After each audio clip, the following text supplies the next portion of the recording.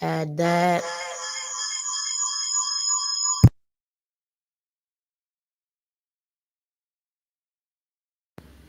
Are we?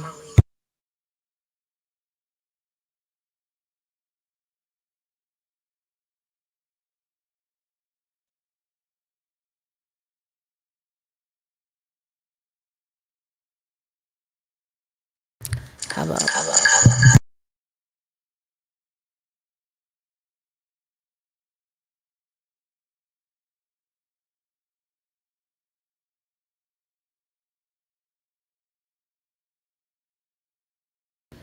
How about now? Oh, there we go. Okay. See, that's what happens when you try to have backups on backups. I have my tablet as a backup in case this doesn't work. Why does it look like this? Oh, I think I know why. Nope.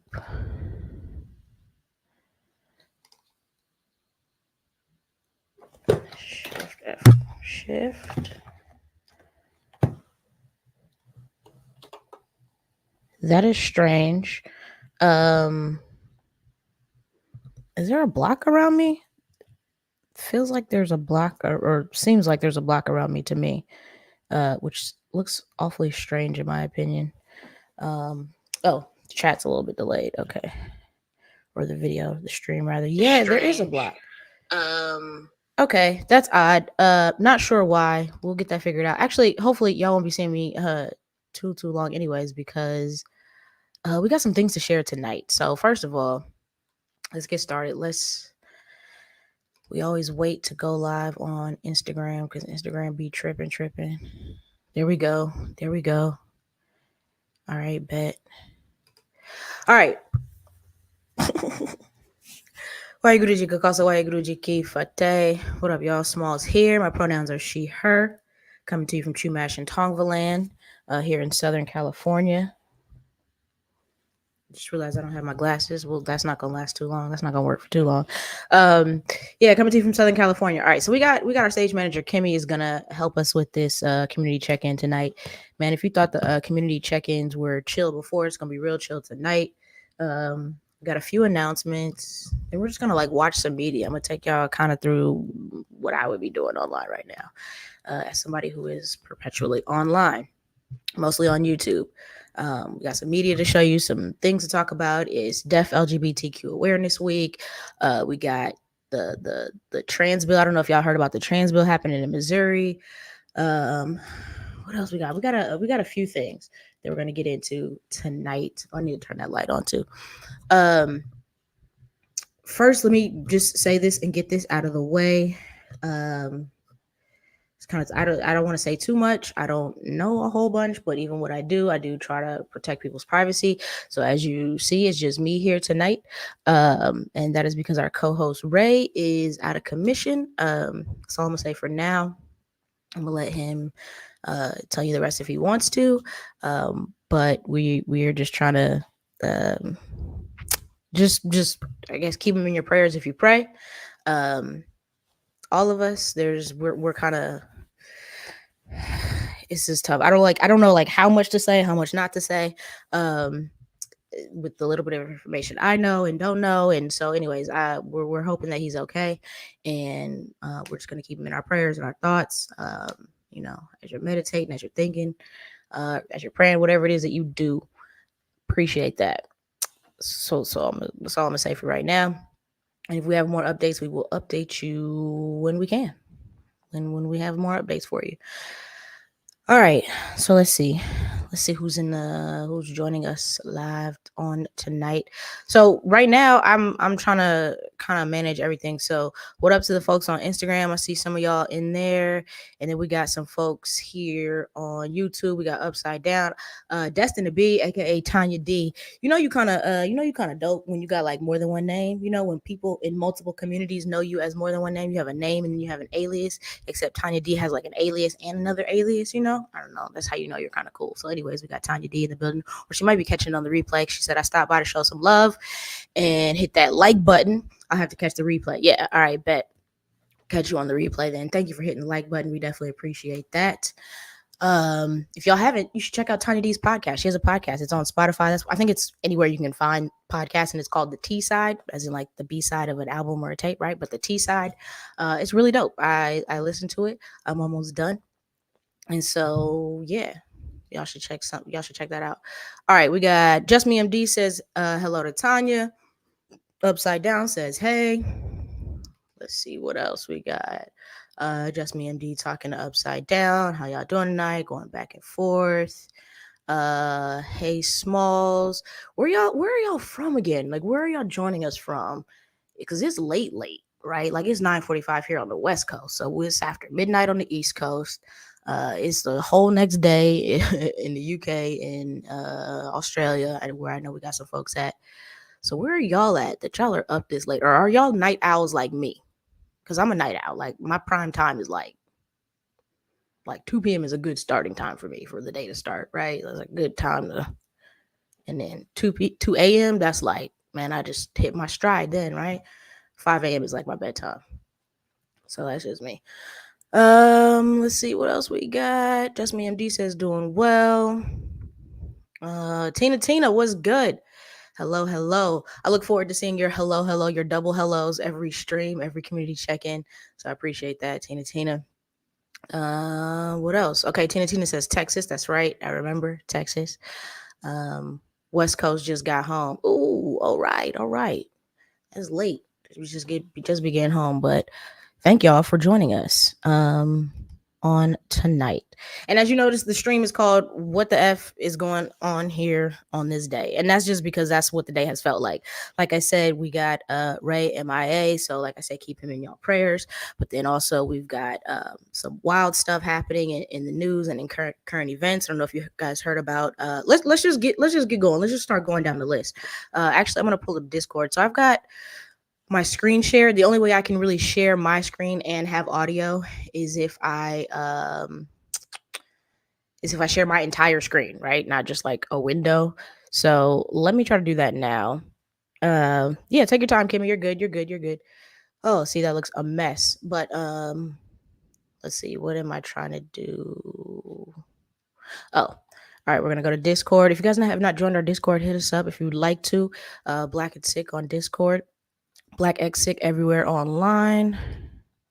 See, this is the problem. This is why I don't do like the stage management stuff, because I have a tough time talking and reading at the same time.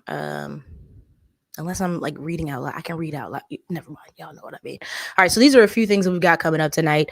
I'm trying to see if we want to go in order. I'm gonna wait. No, we're not gonna go in order because I want to wait for Kimmy for number one. Let's see. Okay, let's talk a little bit about the WNBA real quick. I'm just gonna get this out of the way. For those who don't follow basketball, there is a college basketball player by the name of Caitlin Clark, who is like, the latest basketball phenom or something, I guess. While I do follow the WNBA, I don't really follow college basketball like talking about. So, but there's a whole lot of hype around her, and then there's like, the race factor because she's a white woman, and there's the likability factor and the attractiveness factor, people talking about her looks, because of course it's the WNBA, we're talking about women in sports, right? But what's interesting is that like a lot of Caitlin Clark fans who are not also fans of the WNBA have a very skewed idea of the WNBA, right? So a lot of people think, oh, the WNBA is not successful because women don't play sports, right? They always think it's a talent issue. I'm just going to use the words of some folks that I follow and admire and trust or whatever, who are experts in this in matters of professional women's sports. But they think it's like a talent issue, right? Like so they think that Caitlin Clark is going to come in from the college level and come to the professional level and just blow things out of the water. She was drafted number 1 this year by Indiana Fever, which is not like a top ranked team, obviously, right? They were number 1 in the draft pick. And so they think that she's just going to like come in and just change the WNBA. That's what people are saying. She's going to change the game. She's going to change the game, all this stuff. And a lot of like people who are fans of the WNBA and also veterans and experts and former WNBA players, WNBA alum are like, girl, no, that's not how this works. Like she's going to have an adjustment period because college level is not the same as the pro level, right? We're talking about the most dominant women's basketball team in the world, and then we're talking about the best of the best of the best players, and then there's only 12 teams. So we're not talking about 40 teams and like a whole bunch of talented people, talented women. We're talking about 12 teams, right? 5 starters. They most of them carry 12 people. So you're talking about a lot less than 150. So it's the world's top 150 women's basketball players, where Caitlin Clark has been playing among a bunch more. Anyways, that's not the point. The point is she's going to have an adjustment period more than likely. But people think she's going to come in and blow it out the water. And I remember Philip DeFranco talking earlier today in his video saying,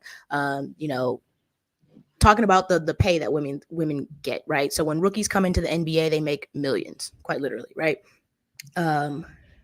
Most rookies, especially if you're like a number one draft pick, right? The conversation is about women's pay and women's parity and sports and things of that nature. And so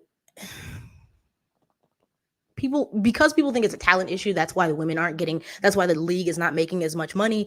That's why and because the league is not making as much money, they don't pay the women that much. That's not it. This is more of a women's equal pay issue than it is just a straight capitalism formula, right?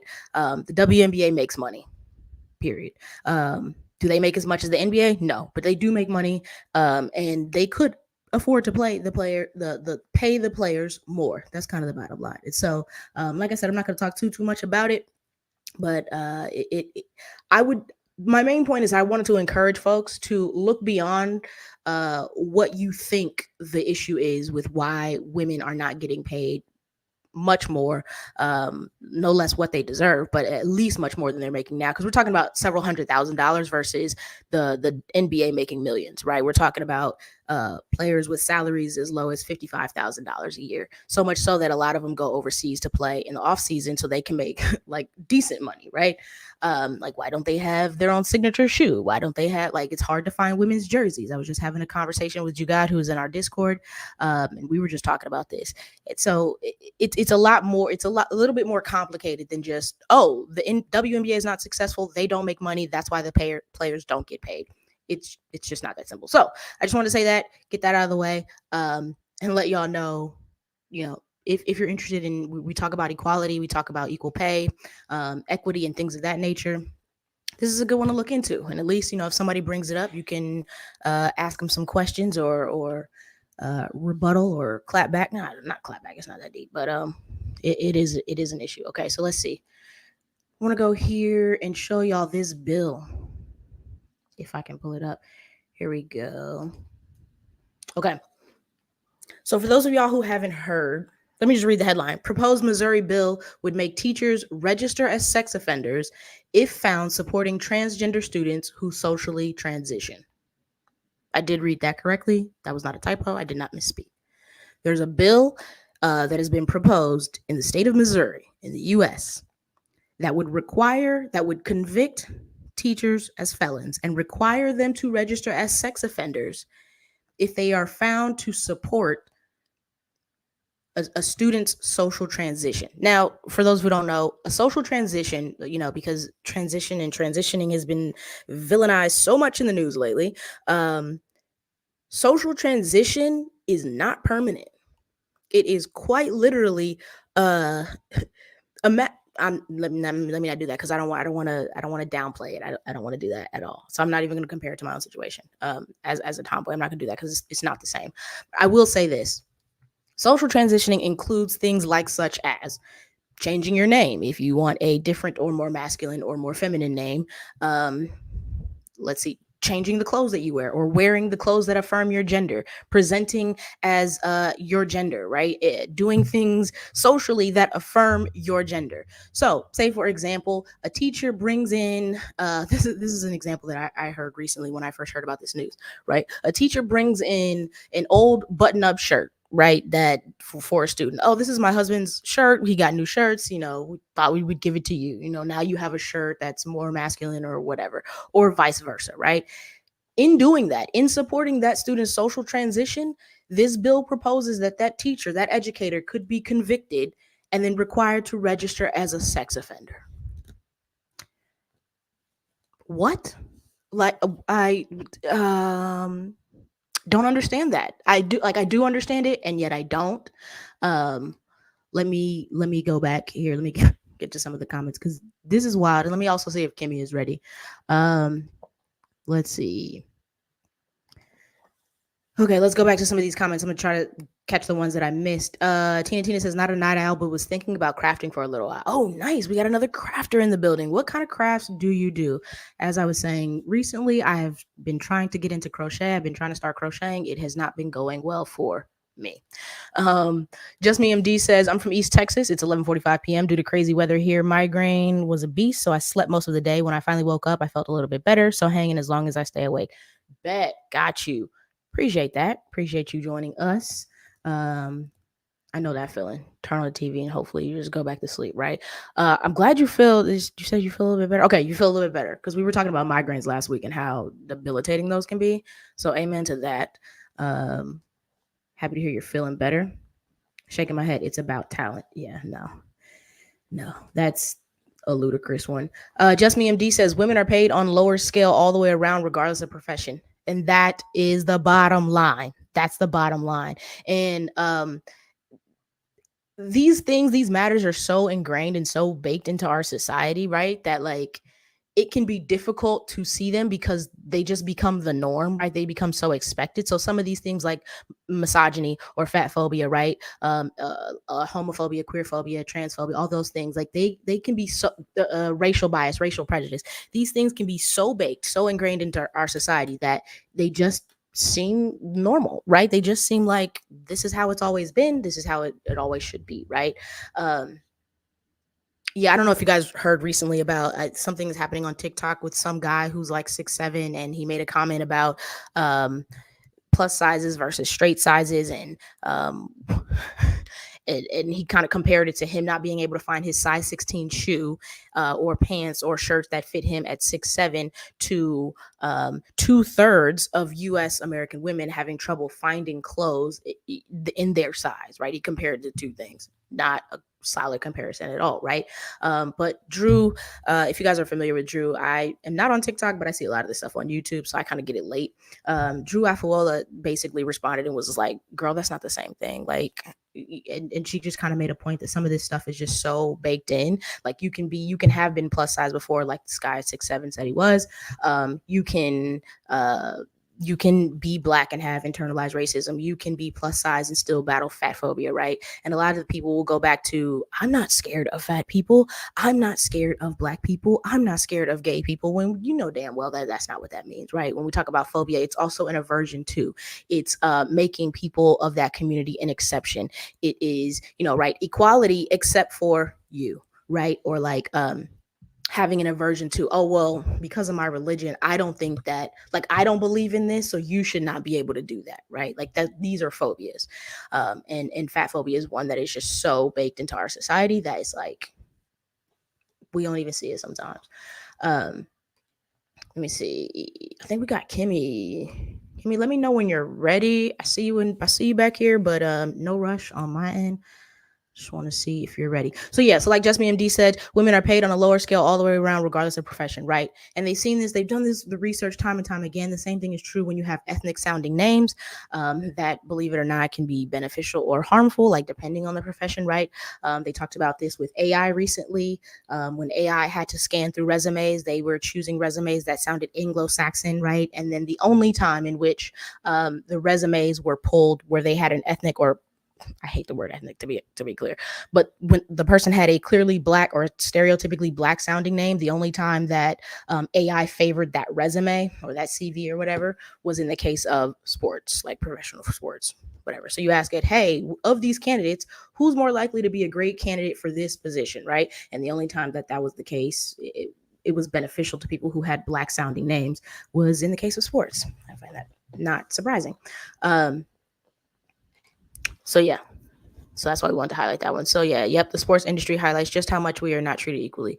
Yeah, for sure, 100%. I think it's kind of bananas because it reminds me of, like, I don't know how much of y'all are into makeup or like the beauty community. I just like got into it. I had to find a new foundation before we were gonna start filming this, right? Y'all, first of all, it took me 3 months to find a found. I started looking Okay, yeah, 3 months. It took me 3 months to find a foundation. And what I mean by that is like, okay, yeah, I'm kind of picky in that like I wanted a matte foundation, but mostly I just wanted a good, nice foundation that was going to be full coverage and match, right undertone, right shade. 3 months of going back and forth to Sephora, different locations, trying one, getting home and under the right light and being like, that's not it. A number of like Sephora employees being like, oh yeah, that one's fine, it matches fine, like clearly not wanting to help me, not wanting to go through a bunch of different foundation options, like kind of straight up lines in my face, right? Buying it was like a mess. 3 months it took me to find my shade range, right? And so a lot of times you will hear companies say, oh well, these shades don't sell, or the reason we don't have a larger shade range is because like there's not the market for them, when we know that that's not true, right? Like I think Fenty did an amazing job of coming out the gate and showing that that was not true. um, and that was kind of part of the conversation. They're like, oh well, we can't sell these plus sizes, or we don't carry them in store because they don't sell. Yeah, because they're ugly. They're ass ugly, because you want people of a certain size to look a certain way to cover up, and they're ugly. That's why nobody wants them. And like some of these shade ranges, I'm like, they don't match. The undertone is terrible. I don't want to walk around looking red or orange or whatever. And God forbid you be my color, but also have like an olive undertone. Oh, girl. Mm-mm. Anyways, let me see. Let me see. I didn't. Let me check. I'm trying to see if Kimmy's ready before I. Let me know. I don't have a message or anything. Oh, I got a thumbs up. All right, bet. All right, let's add Kimmy. Now that I got you here, first of all, what's up? You're muted. Coming in with a bang, of course. Yep. Amen. All right. How are you today? I'm good. I feel like I say this every week, but it's just going by so quickly. I don't know Mm. where it's gone, but I mean, I'm good. Tomorrow, I'm switching roles with my sister a little bit. I'm going Mm. to the school that she does parapro work for to do a talk Oh, on being a soda, and bring in my niece and cousin so they can do CODA talk. So that'll be fun. okay. Love that. That's exciting. I know you're excited about that. Yeah. Kimmy loves advocacy work, especially for like for the deaf and hard of hearing. Like, and that's what I said last week. And I said like she's really passionate about it. You don't always see that. So that's dope. All right, cool. So it sounds like you've been having a busy week, but productive, solid, Yeah. busy in I've a good way. Yeah, busy in a good way, I'd say. It could definitely be busy in a worse way. Yeah, I heard somebody recently say, I was watching, I think it was like the Dr. John Deloney show, and the caller said, "Oh, I'm blessed to be stressed," and like it didn't hit him right away, and I was like, "Blessed to be stressed." Oh, I get it. Okay, so that's what I was just thinking about. Like, oh, stress, but maybe good stress. Not all stress has. Well, never mind. Let me not get too far into that. Let me not get too far into the weeds. Anyways, all right. So we were just talking. I don't know how much you caught, how much you missed, but we were just talking about. We're talking about the pay gap problems with women's sports. I was just about to get back to some comments. Let's see. Oh hell. Yeah, let's keep it riding with the comments. I do have a question though, because I heard you talking about the makeup and that selling and such. Oh right. So I recently ish learned that what I grew up thinking, I mean, you can't tell now, but what I grew up thinking was curly hair. Because like when I was a baby, I had Shirley Temple curls, and now Okay. it does what it wants to do and whatever. Right. Right. But I Right. learned in recent years that like Caucasian women shouldn't say that they have curly hair because the texture of our hair is different. If you don't have the same consistent curl from root to tip, it's not curly, it's wavy, even if it is a curl. And the problem with overtyping, as I learned it's called, of saying that you have curly hair if you don't, is that then white women will go get curly hair products for hair textures that are not theirs. They won't work because it's not meant to. They will Mm, complain. mm, The mm, mm, formulations mm, will change. And then that mhm, reduces mhm. the options. And then that reduces the Okay. relative sales and all of that stuff. So I don't know if just because Okay. like I clearly am not into the beauty space. So I don't know if I'm just lumping hair and makeup and all that stuff in together, or if like there's kind of similar with that of even what is made, people that it's not made for want it to be made for them or think that it can be used, and then when it's not, have issues and create issues. Okay, so at first I was like, what? That's wild. Okay, so I see what's happening. And I'm wondering if some folks in the comments have some thoughts on this. Because I see what's happening here, and yes and no, right? Okay, so first of all, my immediate like response or like reaction was like, well, that's silly. Why would you? No, curly hair is curly hair, right? And I remember seeing a video recently where this girl said she had wavy hair, and in my mind it was curly, right? Because waves to me is like a wave, right? And then a curl is like if it continues to go around in some way, it's a curl. That was my understanding of curl. But then I looked in the comment section and nobody was like correcting her, like, right? Everything was like wavy this, and even her like screen name was like wavy, and I was like, girl, what am I missing? But God forbid I tell somebody about themselves, right? So I try not to do that. So I'm wondering if that has anything to do with it. And like maybe I'm just out of the loop on this particular conversation. Now, here's my thoughts. I don't think that there's a problem with non-Black people, people, anybody really saying that they have curly hair if they have curly hair, because the fact of the matter is, and also this idea of like curly or the same from root to straight, that's not even the case for Black people. Like I have a mix of types of curls in my hair, right? Like my natural hair pattern, the front of my hair and the very back is a lot looser than the rest, right? And then I even have it where when it first comes out of my scalp, it's a lot curlier, and then the curls get a little bit looser as they come down. So it's not even uniform in that way. So I don't even know if that's like a legit or a valid description there. That kind of sounds wild to me.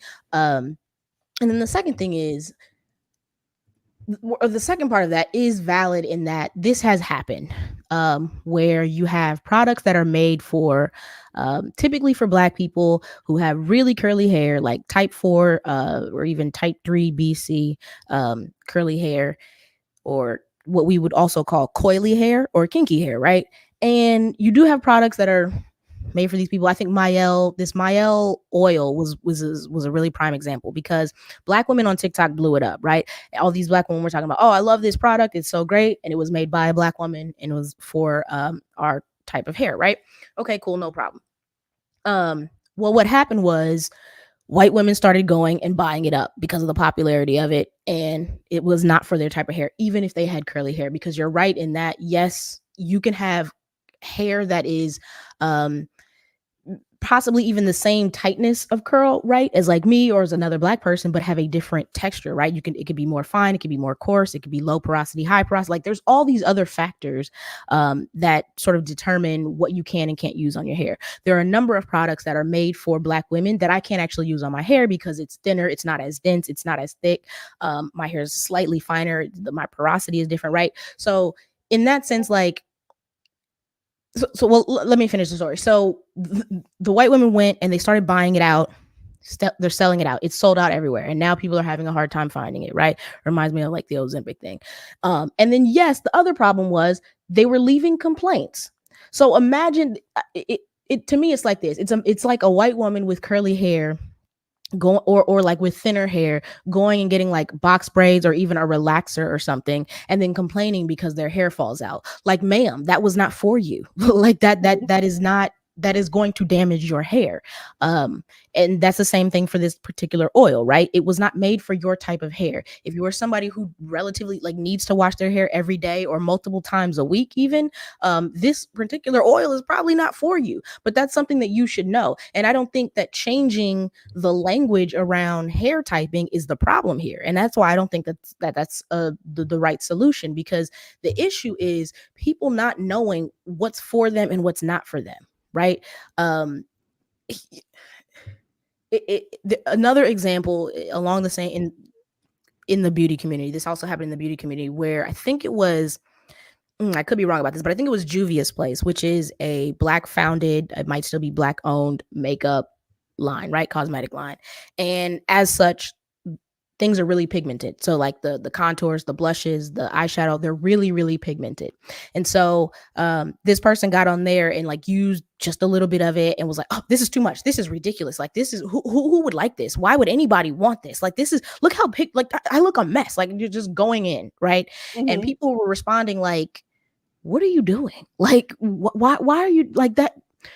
Not only was it like not designed with you in mind, like with you at the center of the design, but you could still use it if you used it properly. So then you had makeup artists, professional makeup artists coming on and being like taking the same exact thing and being like their same shade and being like, so I'm going to use less, see how it works, right? Like there's multiple videos of makeup artists being like, what are you doing, right? And It's so I think it's a magic. matter exactly. And I think it's because a lot of times in this country, let me just speak to the US, white people are not used to things not being designed with them in mind.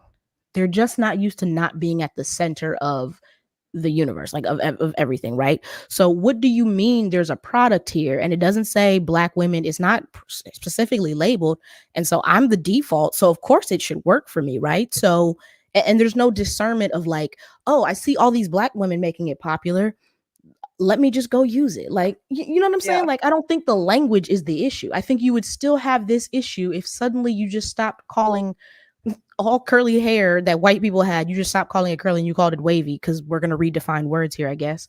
You would still have the same issue of people being like, well, I,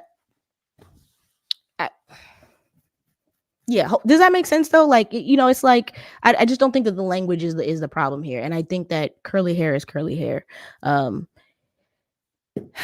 yeah. Also, I feel like people don't know how genetics works, and that's a problem. I don't think recent years have shown that a lot of people know how a lot of biological things work. Mm-hmm. Mm-hmm. Mm-hmm. Mm-hmm. Yeah, I'm gonna tell you a little bit more about the like makeup thing in a second. Because really, even though I sort of had a plan, we're just gonna go wherever the conversation takes us. Let's see, where am I on the comments? Okay, we got this from Tina. I knit and diamond paint. Oh, nice. Oh, knitting. Oh, interesting. Do you also crochet? I I found out that some people only do one or the other. So I'm wondering. I don't know. To me, it's always like I just assume people do both, but I don't know. How much do you know about knitting? Mm, a little. I don't know. I know more about like crocheting because it became like a neurospicy hyperfixation, and so I went a period of just watching and researching crochet, and like so I know some. And in that, like I've learned some knitting things, but not like I know it can be factory made by a machine, but crochet cannot, or crochet has very limited stitches. That's about Yeah. it. And I know you use two Um, thingies instead of one in your hand. That's about it. yeah. So knitting, I had a hyper focus on knitting for a little while, but Oh. I couldn't do really fancy things. There's like two main stitches called like knitting and then purling, which is depending on which needle is in the front. And I can like essentially only knit, which is kind of like half knitting. And whenever Oh. I try to crochet, I just do it way too tight because I want it to be perfect. And then I mess it all up. But diamond painting is a lot of fun. And knitting is fun when I do have my like little bouts of no wait, I'm gonna do it for real now. Got you. Okay. Yeah. I found, what is her name? Tony TL Yarncraft. Tony Lipsy. Who is like apparently like the queen of Tunisian crochet, and is also like a legend in the crochet world or something, or the online crochet world, or the maker. I don't know, whatever.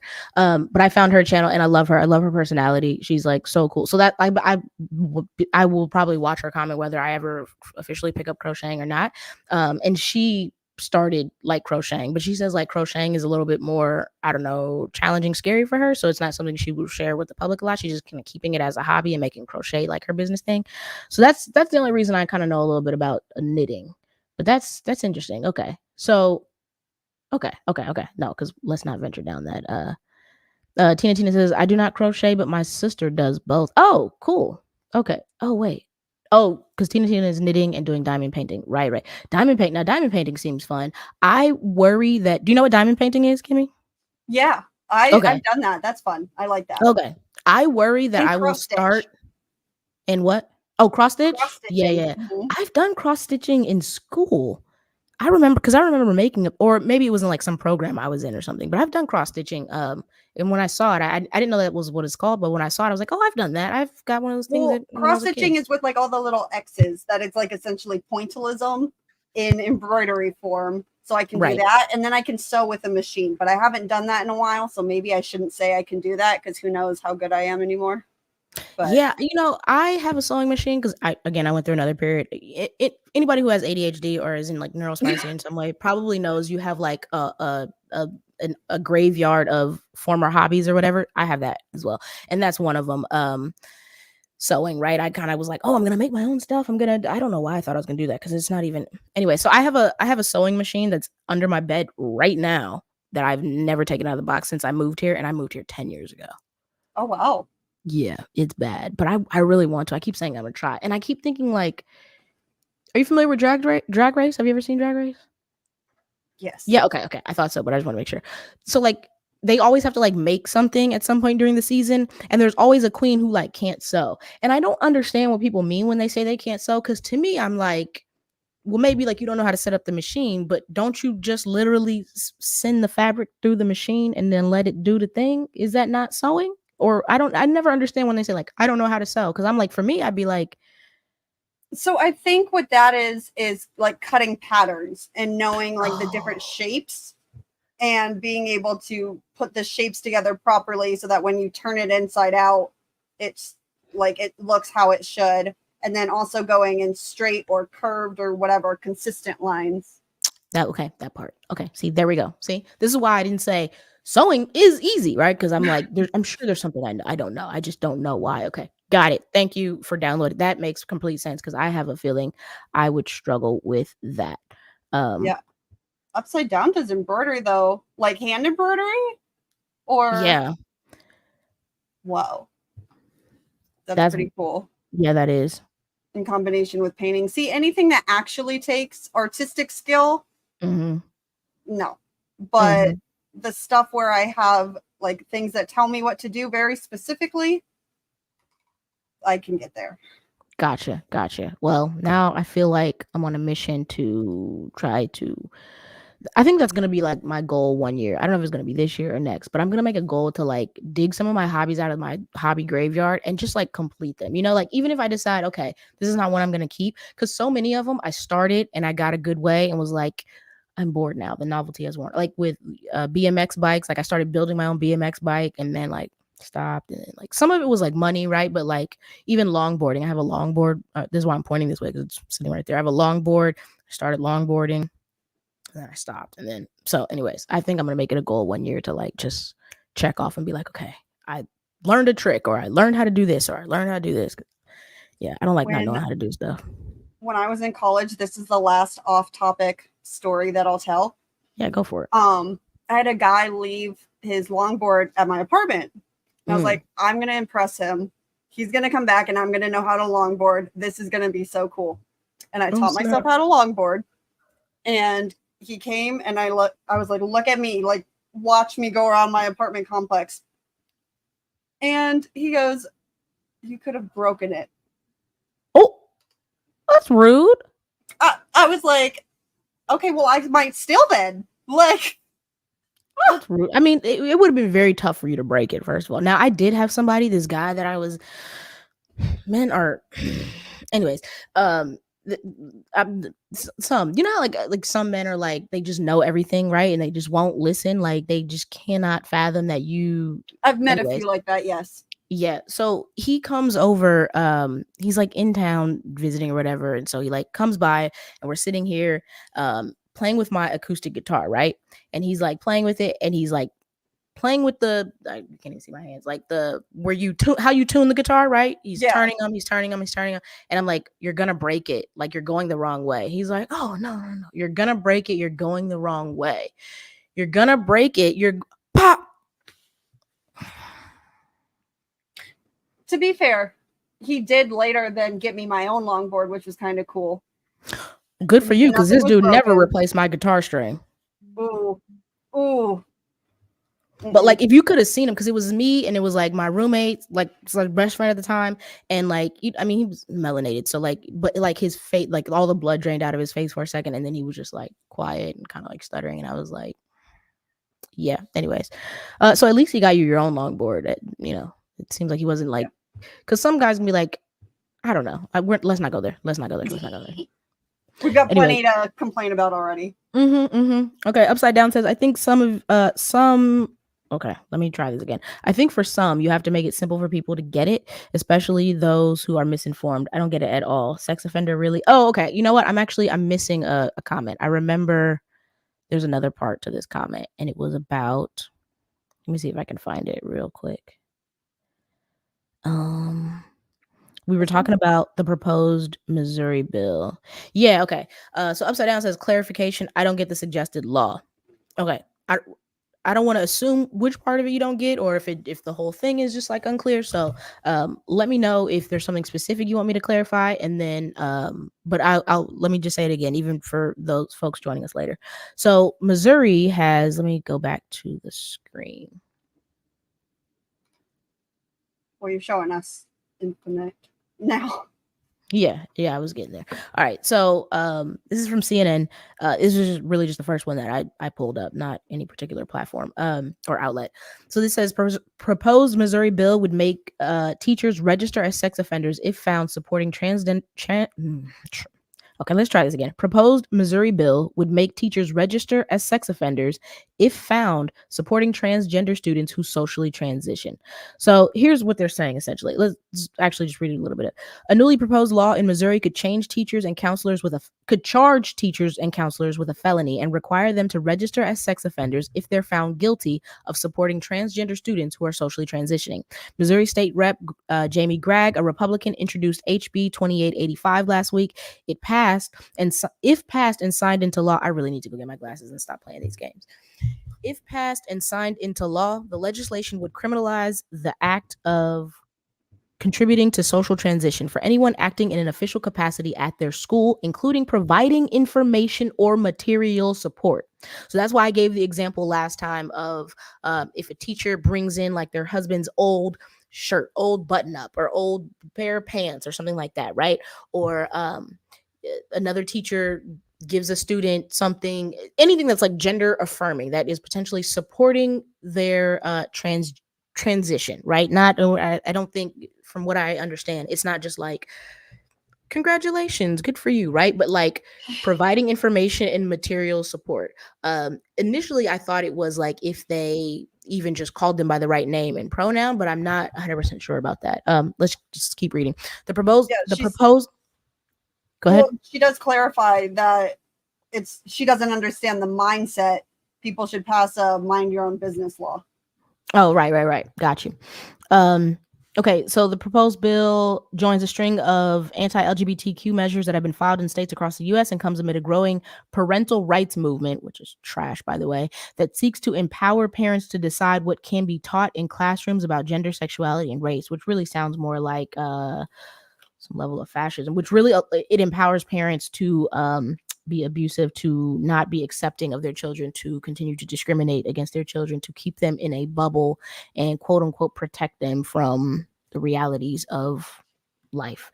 Let's see. Numerous medical associations, including the American Medical Association, the American Psychiatric Association, and a bunch of other ones that they list, have said gender affirming care like social transitioning is clinically appropriate for children and adults. Again, social transitioning is not permanent. It is not surgery. It is not hormones. It is not anything that cannot be changed or reversed. And I'm saying reversed because it's not like you just go from one thing to another like a light switch, right? But it is literally wearing the clothes and presenting as in a way that affirms your gender, whatever your gender is, whether that's non-binary, woman, man, boy, girl, feminine, masculine, whatever, agender. Presenting to society in a way that affirms your gender. Make no mistake that cisgender people get gender affirming care all the time in the form of breast augmentation, or when men have like maybe calf implants or like pec implants, or women get change their nose or their chin because it's too masculine, it's too square. Like the cisgender people get gender affirming care all the time, even hormones. When I was a pharmacy tech in Delaware, for Walgreens, I dispensed plenty of testosterone and estrogen and hormones and these very medications that are being banned. They were being prescribed to cisgender people, right? They were being prescribed to being prescribed and dispensed to cisgender patients. And so these are the same medications that transgender people are using for their treatment. But anyways, we're not even talking about that. We're talking about the social aspect of this thing, right? And so yeah, I can't help you on on trying to understand these people's mindset. Well, you know what? That's not true. I mean, I guess it's, I don't know how deep we really want to go, because all of this is really a byproduct of white supremacy. It's a byproduct of, you know, trying to maintain the status quo. We know that folks have been transitioning medically, surgically in this country since at least the 80s, and folks have been living as genders other than the one they were assigned at birth for centuries. Like this has been a thing. This whole two gender thing is relatively new. So the fact that it's a thing now, the fact that we're constantly hearing about it, it's because it's being weaponized. Um, somebody made a good point recently, and I thought that it was pretty spot on, where they said that they lost the battle with homophobia, right? They lost the battle with the LGB and the Q, right? And that they tried to weaponize that for a long time. They tried to prevent gay marriage and all this thing, or you know, same sex marriage, whatever you want to call it. And now that they don't have that, they're this is the new latest thing. Because as somebody else said, they play from the same playbook, and by they I mean folks on the right and anybody who wants to maintain the status quo, despite the fact that it is not equal, despite the fact that it is not a system of equity or equality. Those in power, those who have some semblance of power, those who are afraid to lose their power, those who are afraid of becoming the minority.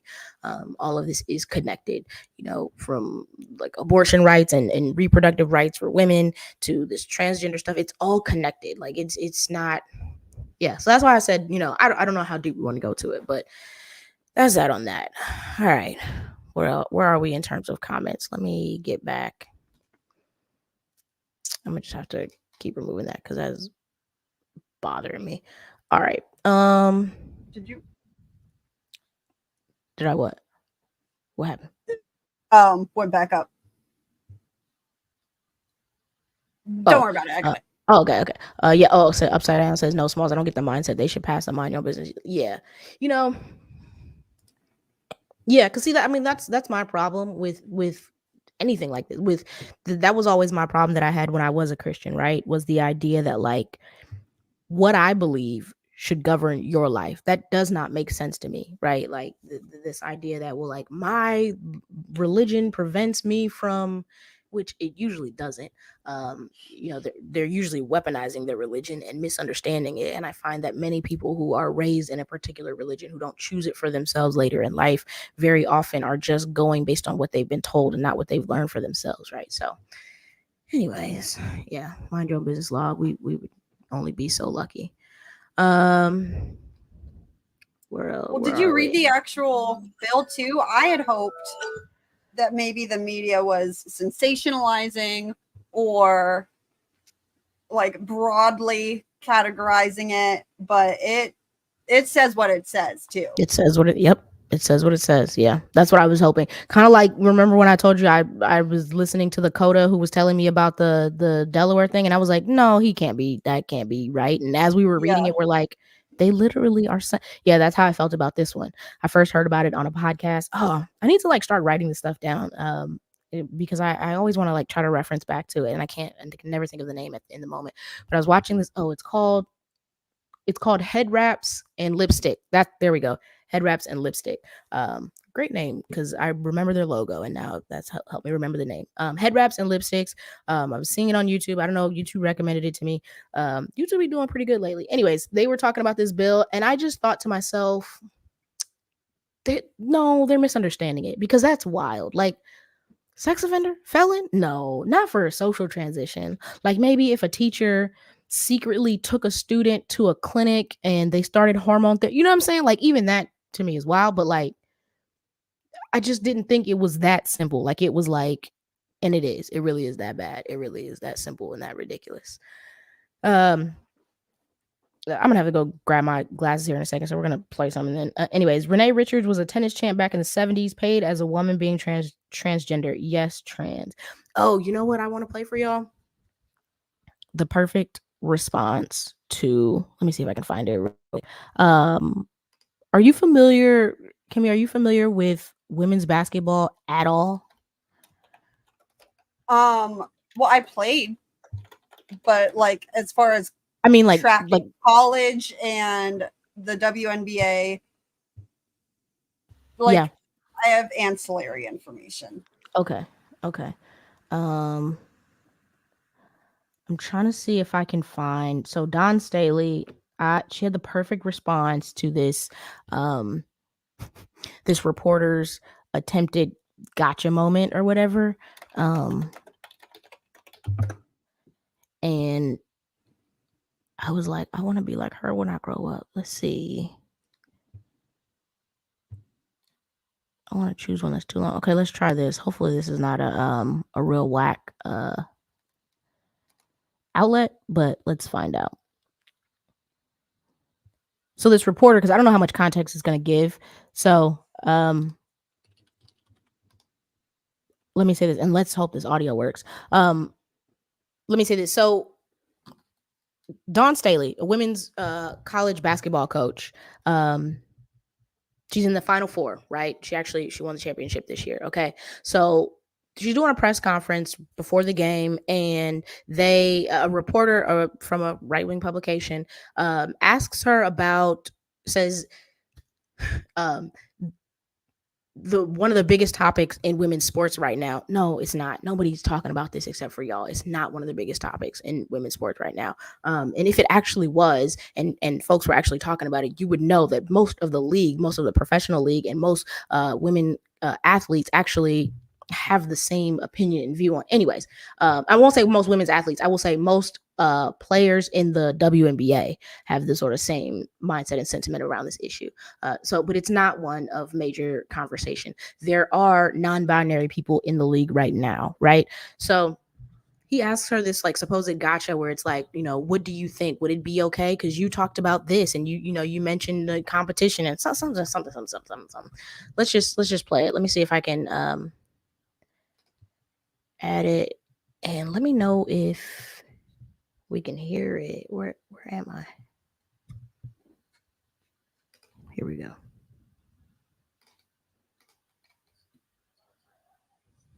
Oh yeah, he does. I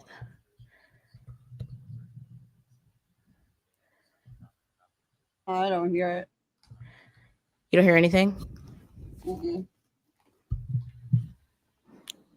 So it might have been pointless for me to share my entire screen.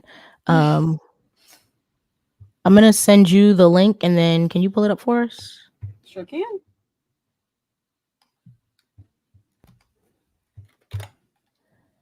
All right, sent. And yeah, let me just check and see if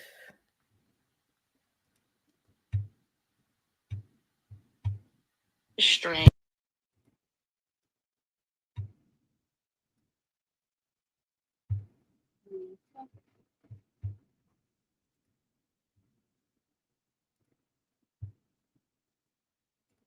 Yeah, it sound definitely wasn't working. All right, so we're gonna have to figure something out.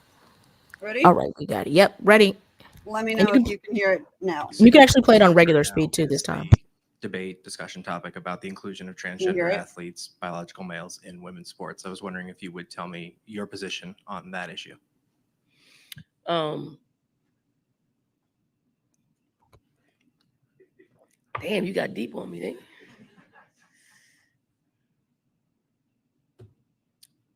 I I'm on the. I mean, I'm under the opinion of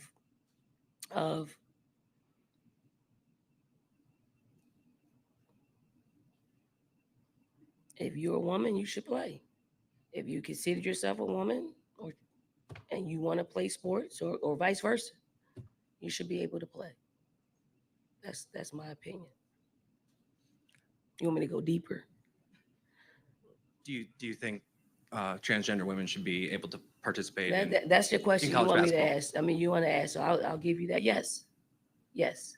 So now, the barnstorm of people are going to flood my timeline and be a distraction to me on one of the biggest uh, days of our game, and I'm okay with that.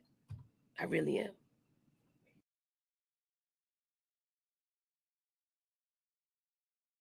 Good for her.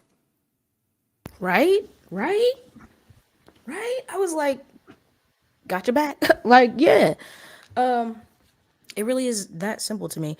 And I think it's that simple because maybe I shouldn't say it's that simple, but I say it's that simple because of the research that I have done, that sort of like year I spent learning, but also um just kind of keeping up to date and what I know and what we know about competition and the fact that we know that cis women, especially those who compete on a very, very high level, don't have the same hormone levels as your average everyday person who is not an athlete. Like that happens a lot, right? Like folks who are really competitive and have been playing for a long time and are way, way taller, like Brittany Griner at 6'8" and built the way that she's built and the way that genetics and science works. I guarantee you, like, our hormone levels are not the same. So does that mean, okay, she was assigned female at birth? Is it unfair of me to play against her? Is it unfair for us to compete? Because we don't have the same, you know what I'm saying? Like, it's just kind of wild to me. Like, and they never have the Everything just needs to conversation be the like other way. boxing and split it into like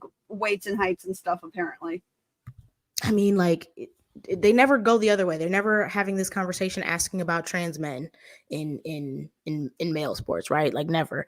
And the whole thing has this whole underlying level of misogyny there too, which we want. Well, right, sexism, which because we won't get into. when are they ever concerned about women having a fair system? Right. Because and the reason I say like this whole level of misogyny is because if you were genuinely concerned about competition, right? Like, you're so concerned about women, right? Like, um and you're so concerned about like fair competition. I mean, where are the questions about, like, because there are no questions about trans men competing against men assigned male at birth, because, or people assigned male at birth, because there's this assumption that, oh, they can never possibly be real men, they can never possibly compete against folks assigned male at birth. Anyways, it's wild, it's bananas. um that's that on that. Okay, so that kind of changes this because now we can't actually. And I just realized only when you shared yours that yours actually has like a volume button, like where you can control the sound. I don't even have that on mine. Like, that's not even an option. So from jump, like, there's just no On way for your me to. YouTube, you don't have a volume option? No, I mean on my screen share. Like, like backstage when you can add us to the stage of StreamYard. When you Yeah. shared yours, when you went screen share, yours has a volume button on it. Mine doesn't. It's some texture we can talk about later. But I was just kind of making the point that I realized, like, oh yeah, I can't share any audio. I don't know why, but it's Weird. not.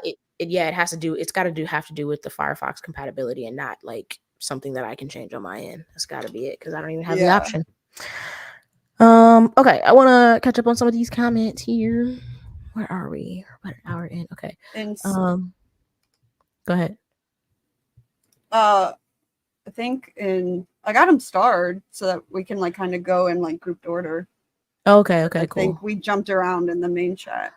Okay, because I only saw 3 that were. Yeah, starred. I know. I got distracted by watching her, so I'm gonna go back. I'm trying to find where we were after those 3. Okay. Tina says, I can read patterns, but I'm not advanced enough to make garments. I can knit and purl. I've made simple scarves and socks. Got you. Yeah, I forgot about the whole like patterns and reading patterns and all that good stuff. That's dope. that's also like a really clutch skill that I think everybody should have, that basic skill, like how to like mend your own clothes. Like if you need to hem something, if you need to all do basic alterations. I think that's something everybody should have, like regardless of gender, regardless of anything. It should just be a simple survival thing. I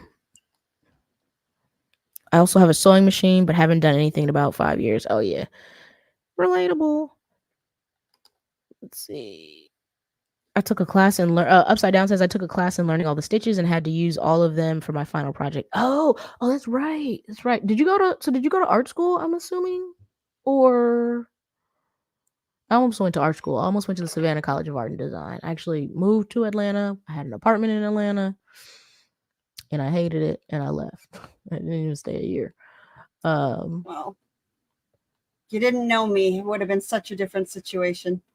Not, but for real though, because I think if I had known like people in general, like, like everybody that I knew like all my people were still in college and they weren't in Atlanta. I moved there with my best friend at the time. She ended up going to chiropractic school.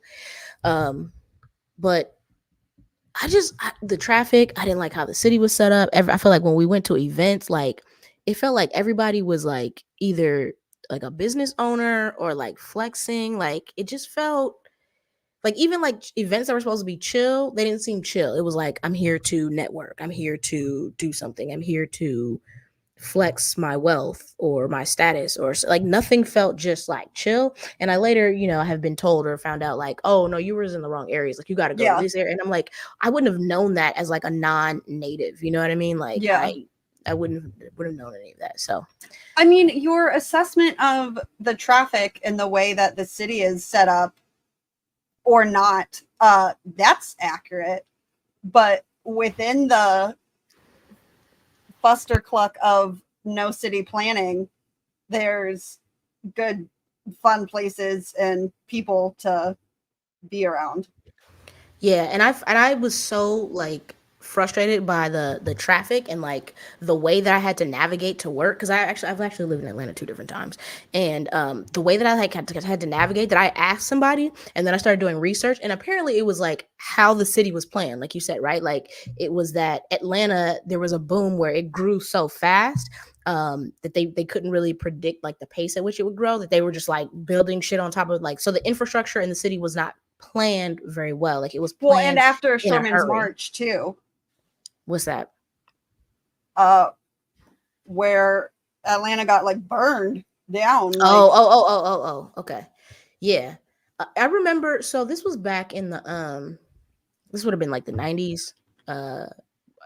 Somebody that I'd like grown up with, like diapers to whatever, she moved in elementary school, and this was around the time where we had our first like, California's getting expensive, and like everybody was kind of like migrating back down south. So like all of my extended relatives moved back down south.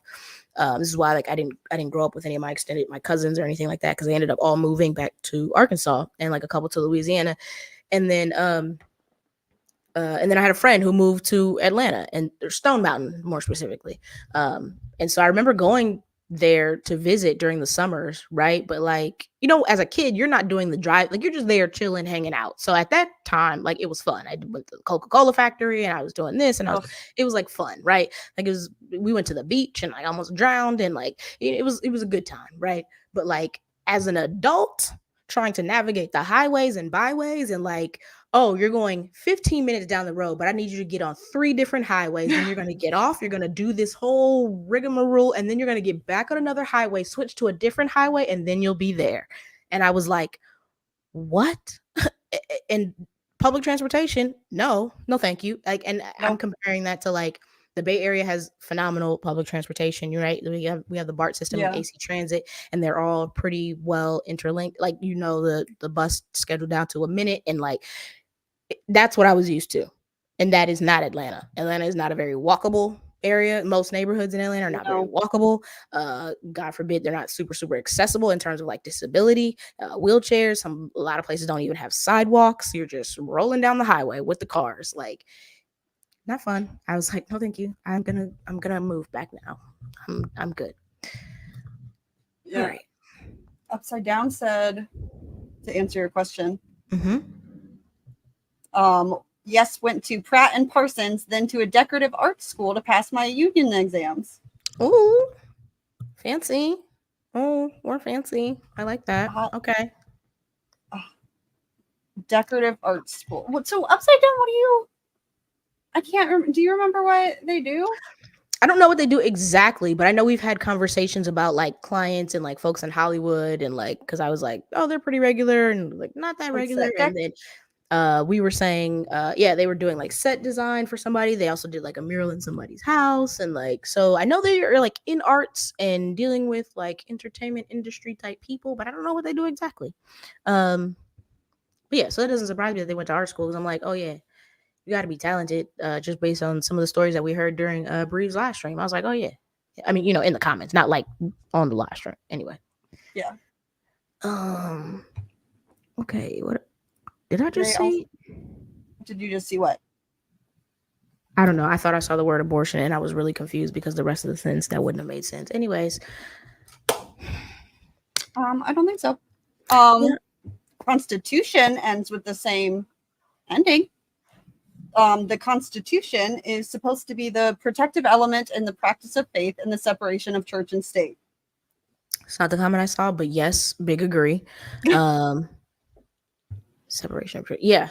Yeah. I love that. You ever see those videos where you have like they used to do this on the Daily Show a lot, the one guy on the Daily Show, where they would go and ask people, they would go to like Trump rallies. It was like white people, right? Like these white guys would go to Trump rallies and like ask basic questions and they would start to answer and then they would ask a question that would completely contradict what they just said and like they would and they inevitably ended up stumped. Well, no, right? Like I seen that recently about the Constitution and the separation of church and state. Where like, well, do you think we should have a separation of church and state? Yes, yes, yes. Do you think we should have prayer in schools? Yes, yes, yes, yes. Well, do you think it should be mandated? Yes, yes, yes, absolutely. Yeah. So you don't believe in separation of church and state? No, yeah, for sure. Because I wouldn't want anybody telling me I gotta be Muslim, like okay, so separation of church and state except for Christians. Yes, yes, yes. That's what we mean. Yeah. Okay. Okay. I don't think you know what separation means, my guy, but okay. Yeah. Exactly. She painted on Broadway, I'm assuming. Broadway, right? That's right. And took it into residential and commercial spaces. That is so cool. Got you. I am always so impressed by artistic people. So especially jealous. the ones that can draw and paint. Because, bro, I think I don't know, maybe this is just me, but I tend to admire the talents and skills that I don't have, but wish I did. Or like if I could have them, I'd be like, oh, you couldn't tell me nothing. Like singing is one, but also drawing and painting. Oh, you couldn't tell me anything if I could do any of those. Oh man, if there's one God-given skill, one like just anything I wish I had, it would be singing. Yes. Yes. Okay, I have a question though. First of all, I want to know, anybody watching, if there's one skill that you could have, like one skill or talent, you're like, just one, and you could get to go pick it up from the store, or like you go to bed one night and it just gets downloaded into your system. You wake up and now you can do that thing.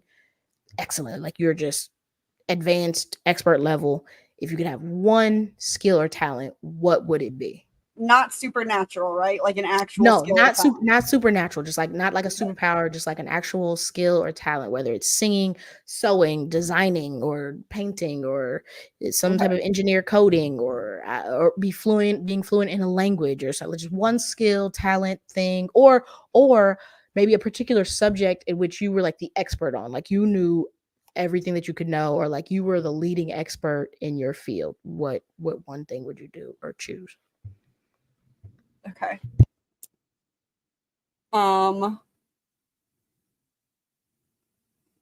If I had to choose one, I'd say be a polyglot. Like to just be fluent in anything. That's my practical skill. If we were talking about like talents, if I can distinguish between the two, I mean, singing for sure. I wish I could just like belt it out and go to town and just you wouldn't I never would have been one of those people embarrassing themselves on American Idol though, because like my friends and family, they, in every situation, not just singing, they will tell me whatever reality is real quick and in a hurry. So I remember I was on a way to a concert with my best friend since high school. I've known her for longer than I haven't, like more than half my life. And like we're going to a concert to see the group that we're listening to, like so thrilled, all that stuff, like jamming out. And I like jokingly say, man, why have I not been discovered yet? She immediately, without taking a beat, goes, oh, as a comedian? Oh, I hate witty people. Oh, I hate quick-witted people. I don't. I really admire them. Oh. And you know what's funny? Well, ironically, we're going to see that same group next month because that's how long it's been since that happened. But she hurt me so deep for like whatever. I know exactly what part of the one of many highways we were on when she said it to me. I was like, ah, damn. Like, she's right though. Well, she's wrong. She's wrong for saying it, but she's not wrong for what she said. What about you? What would you want to do? I was gonna say singing, but actually, you know what? I think so polyglot for sure. That's probably the one thing. Like if it was like a skill or some like level of knowledge type thing, polyglot for sure. I almost wonder if that's like a cop out though. But like no, that's what it would be. Now as far as like talent though, I was gonna say singing. But like I don't want to be like the best singer. Like I think what I prefer is to like have a grasp on music in general, like music theory, like be able to compose, arrange, like be able to be orchestrate, like be able to be a director or a maestro. Like I think I want that level of knowledge. Like I always say, like that's kind of like that's why I love producing so much, because I get to kind of like have my hands in like so many different things and like oversee, and I'm really good at kind of like seeing the big picture and then figuring out, okay, here's a little mountain, here's a little, my best friend one time was like, sometimes like I just see the big mountain and that's all I can see, right? And she was like, you're really good at seeing the mountain and like being able to immediately break it apart and figure out, okay, we got to go here, then go here, and then go here, and then go here. Like, and I was like, yes, that is exactly how my brain works, right? And so I feel like I wish I could do that with music, where I could hear all the different parts in my head and like be able to write the piece and like have a good enough voice that I could get through it, right? If I'm writing or if I need to hum out something and or maybe like have perfect pitch even, right? Like that might be dope, where I could just hear things, hear it in my head. Because a lot of times I can hear stuff in my head, but I can't always hear the pieces separately. Or I'm like, I got this feeling, I got this vibe, but trying to communicate it to the producer or to a particular arranger. When I was doing music, when I was working with a band, when I was doing music, I was a solo artist, but I had a drummer, and it was just mostly me and the drummer, right? But my drummer had a band, and he was good in that way, where I should like let y'all hear this song. He was good at hearing all the parts. Like he could hear an original composition in his head and hear everybody's part, the trumpet, the guitar, whether it was electric or acoustic, and he could hear the percussion parts, and he could just like all in his head. And then once he learned the software, was able to like and then he would come up with these amazing pieces, right? Or sometimes even like he might just give me a basic beat, and then like I could record, and then he would go behind and craft this like song around it. And I was just like, I want that brain. So that's probably my talent, which I feel like they're kind of similar, being a polyglot and also like what I kind of want to do with music. They're kind of similar, but like yeah, I could see that. Okay, let's see. I want to see, did anybody answer? Okay. Upside Down says the Liberty had floor seats, changed their name to the Liberty Flames, and men took the Liberty name. They had the Knicks, for fuck's sake. Who is the Liberty Flame? Who? Wait, what? Wait, the Liberty Flames? Are we talking about basketball? Did the Liberty change their name? Or is this like before?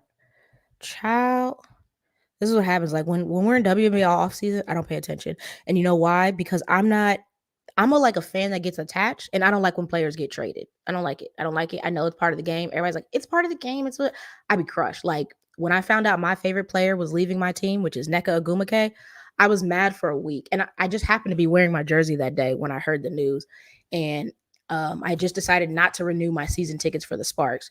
And like I saw like I heard about it, and then I put my phone down. I was like, oh, and I was just like mad. And then I talked to Jagad about it. And then I saw the next thing I saw when I opened my phone or went to Instagram was like the Sparks saying something, and like there were people in the comments like, oh, we're never gonna win now, like, you said, how could you let Nneka go, like, this is ridiculous. And I was like, this is why I did not renew my season tickets. This is ridiculous. Why would you trade? And I'm sure it was like Nneka's choice. Like, I'm sure Nneka was probably like, I'm done with y'all, I'm tired of y'all, this is ridiculous. Candace has already left, Candace Parker, which was the other like, you know, franchise player. I'm sure she was ready to go. But in my mind, I was defending Nneka with all, like, Nneka's honor with all my might. I was like, how dare you? And I know it's just, so this, I stopped like paying attention off season because I'm too sensitive. Like I be getting attached and stuff. So I don't know. Oh, see, I was supposed to be looking up to see if the Liberty changed their name or if I misunderstood that comment. The Liberty and Liberty Flames. The Liberty Flames is an awful name. Changed their name to Liberty Flames. That's awful. Of course, I just typed the Liberty as though that was only going to be the only thing. No, they're still. Oh, they're not even the Liberty. It's New York Liberty. I thought it was the look adding thus to everything. No, they're New York Liberty right now. So I don't know. Maybe that was like a thing before.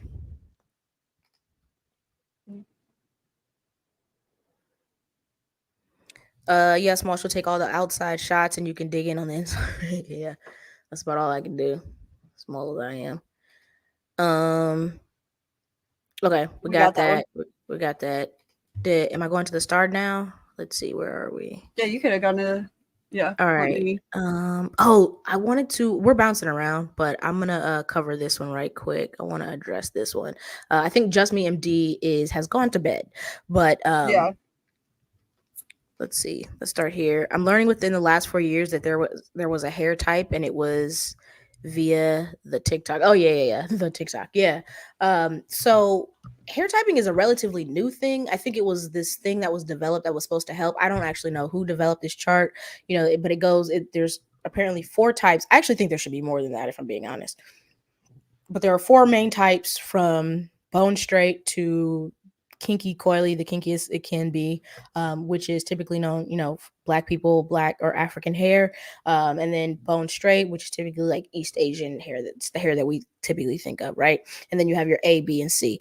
I don't know how recent this thing is. I know it's been more than 4 years. It's been at least 15 since we've been using the hair chart. And I'm saying that based on when the natural hair movement sparked up on YouTube for Black women.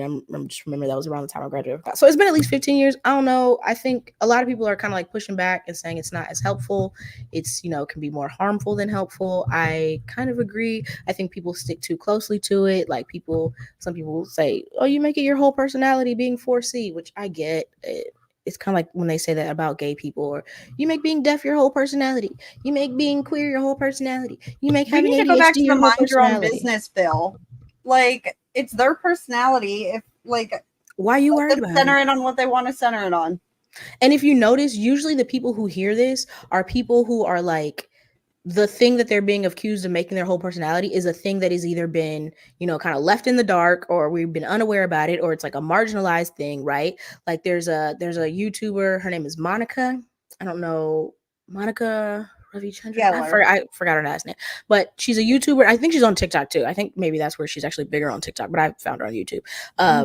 And she basically reviews makeup and lets people know if it works on brown skin. And it's great because she's South Asian, right? She's Indian, and she's like a medium. Well, medium, and she's lighter than me, right? To South Asian, she's considered dark, which it's always funny to me. But anyways, she's like medium brown, whatever, right?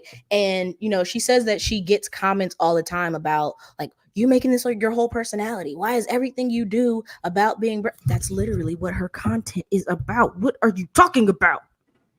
What are you saying right now? That is literally what her YouTube page. Well, do you need a whole account about? Yes, they do. Do you know why? Because Black women just finally started getting some representation and like pushing to have a deeper shade range. But just like I was talking about earlier, where God forbid you are my shade but have a different undertone, like an olive undertone, folks with olive undertones that are more melanated are still left out. Like I'm just barely in the group at this point, years later. Because when I was a kid, our only option was like Mac or Fashion Fair. That was it. Like you could not use makeup anywhere else, right? And I'm not that old. Like I'm still in my 30s, right? So imagine like we've come a long way and we still do not have a lot of options for people who are deeply melanated, but have an olive undertone, which a lot of South Asians do. So yes, it's not her making it her whole personality. It sounds like you don't want to hear about it, or like you're hearing too much about it. And I think a lot of that has to do with like sometimes it makes people uncomfortable, right? Like because who's usually the people saying this, the people who don't have that problem. And I think a lot of times it's like you don't need to be making people feel guilty. Nobody said you needed to feel guilty. Do you feel guilty? If the hat don't fit, don't say it. Like there was a Nuv made a post, and then in the comment section, like somebody said something about like Black Americans doing something right, and I just commented and I tagged Ray so that he could see the comment, and the person respond. Oh, I think you've seen it, and the person responded, yeah, and the person responded like defending themselves, and I just responded, I didn't say anything. Like all I did was tag Ray. Like I didn't say a word, right? Well, I was saying. Why are you defending? Calm down. You feeling guilty about something? What's happening here? Nobody told you to feel guilty, If you said it, stand on it. Stand on it. Like, anyways. I'm gonna go back to that. Oh, they keep changing the name. Okay, I got you. Yeah, I didn't know that. I don't follow the Liberty at all. No, but here's the this is how we got back to that conversation, because Just Me MD said I'm still searching for the right foundation. I feel like having a stream or like something like that where we talk about like makeup and stuff, or like the beauty community in general. So I just started getting into like the beauty space, like I said, when I was trying to find a new foundation, because this is the other thing that happens to me. So when I was young, going to prom, I hate my prom pictures because I went to the MAC counter, got my makeup done for prom, which is what you did back then. You definitely weren't hiring your own makeup artist back then. Got my makeup done, and in all of my pictures, there's flashback. So there's like a gray cast on my face. So every picture except for like the professional one that was taken at prom with the, like the little prom pose, every single picture that we took that night, there was flashback. So I mostly hate the pictures of myself at prom, right? But at the time, all we had was MAC or Fashion Fair. And Fashion Fair was like the cheaper one, and MAC was like the quality one. So you got MAC. Okay. So then we fast forward to, I don't know, I'm probably like 20s. Yeah, I'm in my 20s at this point, and I go to Sephora now, right? This is before Fenty has come out, though. I go to Sephora. There's not a ton of options, but I know better at this time, and I don't go by myself. I asked my godson's mom to come with me because she was into makeup at the time. She was kind of like a freelance makeup artist, and so she helped me. And at the time, Makeup Forever was like one of the few options that we had, so Makeup Forever was a good option. And then Makeup Forever discontinued my shade. So that was fun. So then, and at that point, I was still mixing and matching because there was no shade that was perfect for like my shade, but also my undertone. So I remember I had to use Fit Me foundation, which is a drugstore brand, but the color wasn't exactly right, but it gave me enough coverage. And like, I think it was like the undertone. No, the color was, I can't remember, but I had the Fit Me foundation, and then I would put the Makeup Forever powder on top of it, and it was like perfect. Whatever it did, that combination of things was perfect. I got so many compliments on that. Like people would just be like, "Oh my god, your skin is amazing," and I'd be like, "It's makeup," and they were like, "What? Oh well, it's still like." Every time I wore that combination of foundation, I got compliments, and it was banana. And I was going to a lot of places because I was vending with my mom, right? So all the time. So Makeup Forever discontinues my foundation. So I just didn't worry about it at the time. At the time, I didn't have a ton of hyperpigmentation. So I wasn't too worried about it. But then I started to get more and more and more hyperpigmentation. I'm like, okay, well, and now I'm going to be on camera. So now I need to figure out this foundation thing. So I started doing the research early. Like I said, it took 3 months. I was going in and out, blah, blah, blah. Also, you got to be careful. If you don't know anything about makeup, I would still recommend do your own research and don't trust the people at Sephora. And maybe I'm wrong for saying this, but I went in with like a mission, right? Like I knew I couldn't be too picky, but I also had some brands that I was like, I really wanted to stay away from. And then I also said, preferably a Black owned brand, or like a Latino owned brand, or, age, like, a POC owned brand. They lied. They straight up lied to me. They were like, oh, Natasha Denona is a Black owned brand. And I was like, oh, okay, cool. Got the thing, whatever. I was like, this doesn't work that well. I was like, this is still. So I ended up taking it back. Fast forward, I find out later, Natasha Denona is a white woman. It is not black owned. She's not black. Nothing about it is black. So you gotta be careful. So I don't. So now I go, and when I go, I beeline for like a black woman, somebody who's heavily melanated, because I will tell you, even other PLC, they don't always come through. But anyways, yeah, that's a whole nother situation. All right, so I'm trying to see if there's anything. We've been on here for a minute, and I think I gave all the news and announcements. Oh, I wanted. This is the thing that I was waiting for you to come on to talk about. Deaf LGBTQ Awareness Week. You want to talk about that? Yes. So hang on, I think I have. Yeah. So deaf LGBTQ. Oh, perfect. National Deaf LGBTQ Awareness Week, aka hashtag Deaf LGBTQ Week and Deaf Queer Week. It's a project that the Deaf Queer Resource Center launched in 2018, and the Deaf Queer Resource Center is a nonprofit that they are. Hang on. Actually, where'd my notes go? So coast one. Oh, here we go. Okay. So the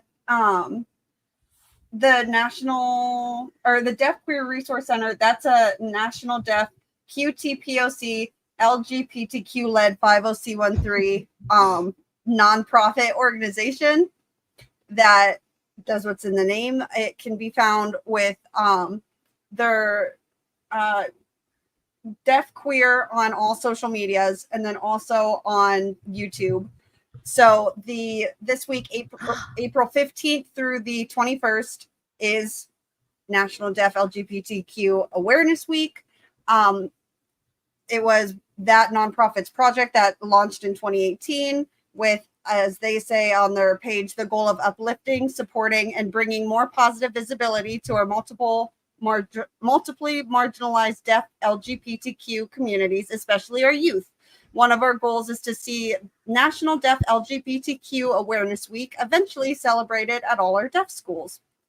And so I saw this because my sister, of course, shared it on Facebook, and perfect. They actually, I have a little video if you want to see that they posted on their YouTube page, a really cute message from Ivy, a deaf transgender kid.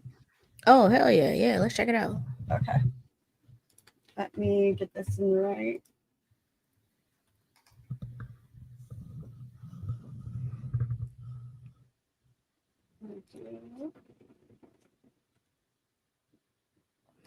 Oh, let's see. Upside Down says, I love the talent I was given, but I would love to add being able to belt a tune. Yeah, me too, man. That would be so to add dope. being what? Upside Down said that they would love to be able to belt a tune, like sing. Oh, yeah. And then I asked, though, as far as talent given, how much work Upside Down does for their talent. And they said they worked on it from the time they could hold a pencil. Like, damn. It's so, I respect and it's so impressive. I know that singing is supposed to be something that you can work at too, but I've been told that so many times, like even by like my drummer, when I was telling you my drummer, his girlfriend is we all went to the same college, but she went for opera voice. She's an opera singer, and so between the two of them, just a lot of musical genius rolling around. And she was like, we can teach you. And they tried to teach me, and I was not trying to prove them wrong, but I believe that they probably left that being like, oh, maybe everybody cannot be taught to sing, because I am not one of those people. I'm not tone deaf, but boy, I'm far from having perfect pitch. So yeah, I might be tone deaf, who knows. It's likely. But I don't know. I think this might have captions, so I'm going to put that down for a little bit. You ready? Mm-hmm. Okay. And for anyone who can't see, her shirt says brave and kind. She has pink hair. Okay. Message from Ivy. You're beautiful. Don't be afraid, because the captions are kind of hidden. Do yourself. You matter. I love you. Is that not the sweetest, cutest? Mm-hmm. I think it says Like- be yourself though instead of do yourself. Of course I would. Be yourself. I said do yourself. You did, but it's all good. I was like, You wait, can't. what? Do yourself? This is That's why we another can't way have of- nice things. It's a beautiful video. Like, of course, I mean, said do yourself is kind of like, as long as you take like any, you? unnecessary, not great connotations out, you could still be like, man, do you, right? Like, it just sounds weird when you say do yourself, but it's like, do you, be yourself, same thing, I guess. It's not too bad. Yeah. Well, I'm glad that I decided to voice the captions, since they were like somewhat They were partially hidden, and then yeah. I said them wrong. So thank goodness Yeah. I was here to help. No, it's good. They were partially blocked. Tina says, I don't know how to answer this question. I enjoy learning new things, and I feel like having any skill or talent would take away the fun of learning from it. Oh, now that is fascinating, because I'm the opposite. I like having the skill. I like having the talent, whatever it is. I do not like the process of, like, I don't like not being good at things, right? I don't like the challenge. I just want to, that's kind of why I stick to things that are like I'm like inherently good at, because then it's easier to like get better, right? But if I'm already like decent, I can skip the like rough part where I'm really frustrated with myself and like, why aren't you already an expert at this? Like, it's like I go to the gym for 30 minutes and I'm like, where is my six pack? I don't want to do the process. It's been a whole almost hour. Yeah, I'm like, it said I burned 32 calories. Like, how many do you need me to burn? Like, what is happening here? Does it? That's so many. Yeah. So, when I read that, I was immediately like, because I do enjoy learning, but I enjoy learning like knowledge. I hadn't thought of it from the like learning skill wise. And so I wonder if it's cheating to say I would like my skill to be like Learning new memory, so that skills. I can learn. Oh yeah, I thought about that, like- but I was like, that might be cheating, because my thing was gonna be Yeah. like, I just want the brain that like makes it easy to learn new things, right? Like, I don't know if that's cheating, but See, my brain, it can be really easy to learn things, but my issue is that it'll be really easy to learn things going down a rabbit hole that I don't need to learn, because I'm supposed to be learning thing over here. So I don't know if that counts, but yeah. I learn a lot. Or you know what? Maybe I would just take away the frustration. Maybe I would, you know what? Instead, I would make it so that I could enjoy the process, like Tina. Wasn't that Tina? Yeah, Tina said the fun of learning. Maybe that's what I would do. I would make it so that the process, I could enjoy the process, and I didn't need to be like, which again, I think part of it is ADHD, where like I need some like I need the dopamine, I need the like the novelty of it, like I need to be good. And I think that's the problem with like crochet, like because I'm like struggling, like I can't get to the making part, like I can't get to the thing where I see the fruits of my labor. And I've discovered like that's very much how I am. I need to see the fruits of my labor real soon, or I'm putting it down. Like I'm nope, this took too long. Nope, I'm done. Like Yeah. I would change that. Okay, but if you could have, let's say you could have the talent you want, both of them. You could be a polyglot and also a singer. You could have both of those, but you got to give up one skill that you're like really good at. Like you don't lose it all the way, but like it's a challenge Ooh. for you. Instead of you either being inherently good at it or good at it now, not only are you not inherently good at it, but it's a struggle to learn it, right? So like for me, if I had to give up like what's something like I'm natural, like so like languages, like I'm pretty good with like languages, like I'm pretty good at being like, oh, I can kind of identify the origin and like I know, and I'm pretty good at the pronunciation, like something like that is kind of pretty. But if I struggled with that, like, oh man, I don't know if I would give up and had to struggle. Oh, I don't know. What would you give up though? It's a really good Would you, question. or would you say, nope, never mind, I'm keeping my skills, talents as they are, but that means I'm not a good singer and I'm not a polyglot? Or we trading Because in a skill? I really lean into my strengths, and similarly to what you said, like if I'm not good at something, I don't spend much time on it if I don't have to. So if I had to give up a skill or a talent, then that's like something that's kind of fundamental. Okay, this is probably a cheating answer, but I know what I would give up. Okay, let's hear it. I am so good at working through the night and going without sleep. Like, I can stay up way too long. I'm fantastic. Like, yeah. I am so, I can stay up for days. Yeah. I would give that up. Okay, I got another question for you. Okay, so Upside Down says mine is like breathing. I couldn't give it up. I can feel you on that.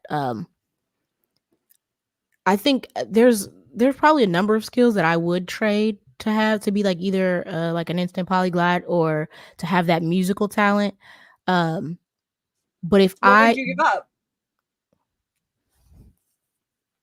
I would give up like how I am with like communication. Like that's something that was feedback that I always got as a kid, like from a very early age, that like I had a really strong grasp on communication and like reading and like being hyperlexic. And maybe I would give up that, because I'm thinking the only thing that I wouldn't give up in order to be a polyglot, that almost sounds paradoxical though, doesn't it? I don't, because see, this is what I was thinking. Like what made me good like as a music artist was my writing ability, was my like sort of like command of the English language, like being able to like I wasn't like necessarily good with what do you call it, like punchlines, right? Like that wasn't my thing, but like playing with words and like rhyme schemes and like being like, I remember like the things that for me that kind of came easy, where I would just like write a verse or whatever and I'd be like, oh, that's pretty cool, that was not too bad. Like those were the ones people would be like, holy shit, like how, what? And I was like, oh, that I wasn't really trying, I don't even remember, right, like that's. And so I recognize that was my skill. Whereas like if maybe I would have been better, like more quicker, like I could freestyle better, or if I could do punchlines, I could be like I could have been a different type of music artist or like rapper or whatever. But I don't think I would give up that. I don't think I would give up like, yeah, I would, that I wouldn't give up. But other things I would give up, like let's see, like I'm solid like when it comes to music, but I'm not like genius level good, like okay, I give that up. Like I could play the trumpet, I was good. I could play the guitar, okay, I'm good. Like I would give that up if I could be like the maestro, like the excellent, and like have the ear. I would do that. I'm a good driver. I'd give it up. I was pretty athletic, believe it or not. And I'm a good driver. I wouldn't give up being a good driver though, because being a good driver, like, and I mean, like when I say good driver, I want to be clear.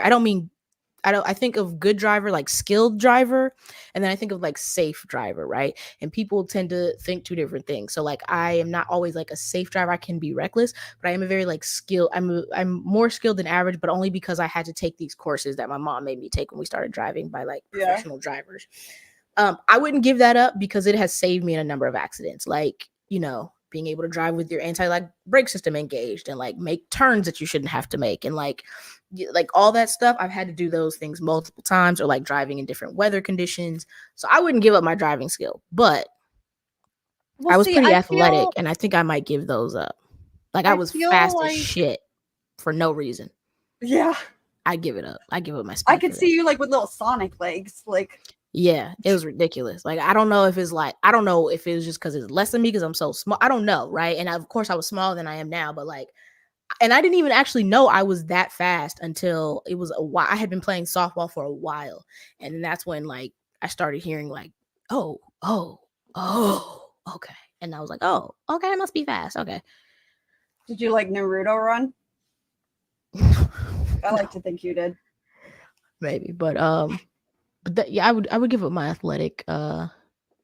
Well, see, as far as I'm concerned, like I don't like driving, and if I can talk to anybody I want and sing like an angel, I feel like I would just be like, I would always be hanging, because I'm an extrovert.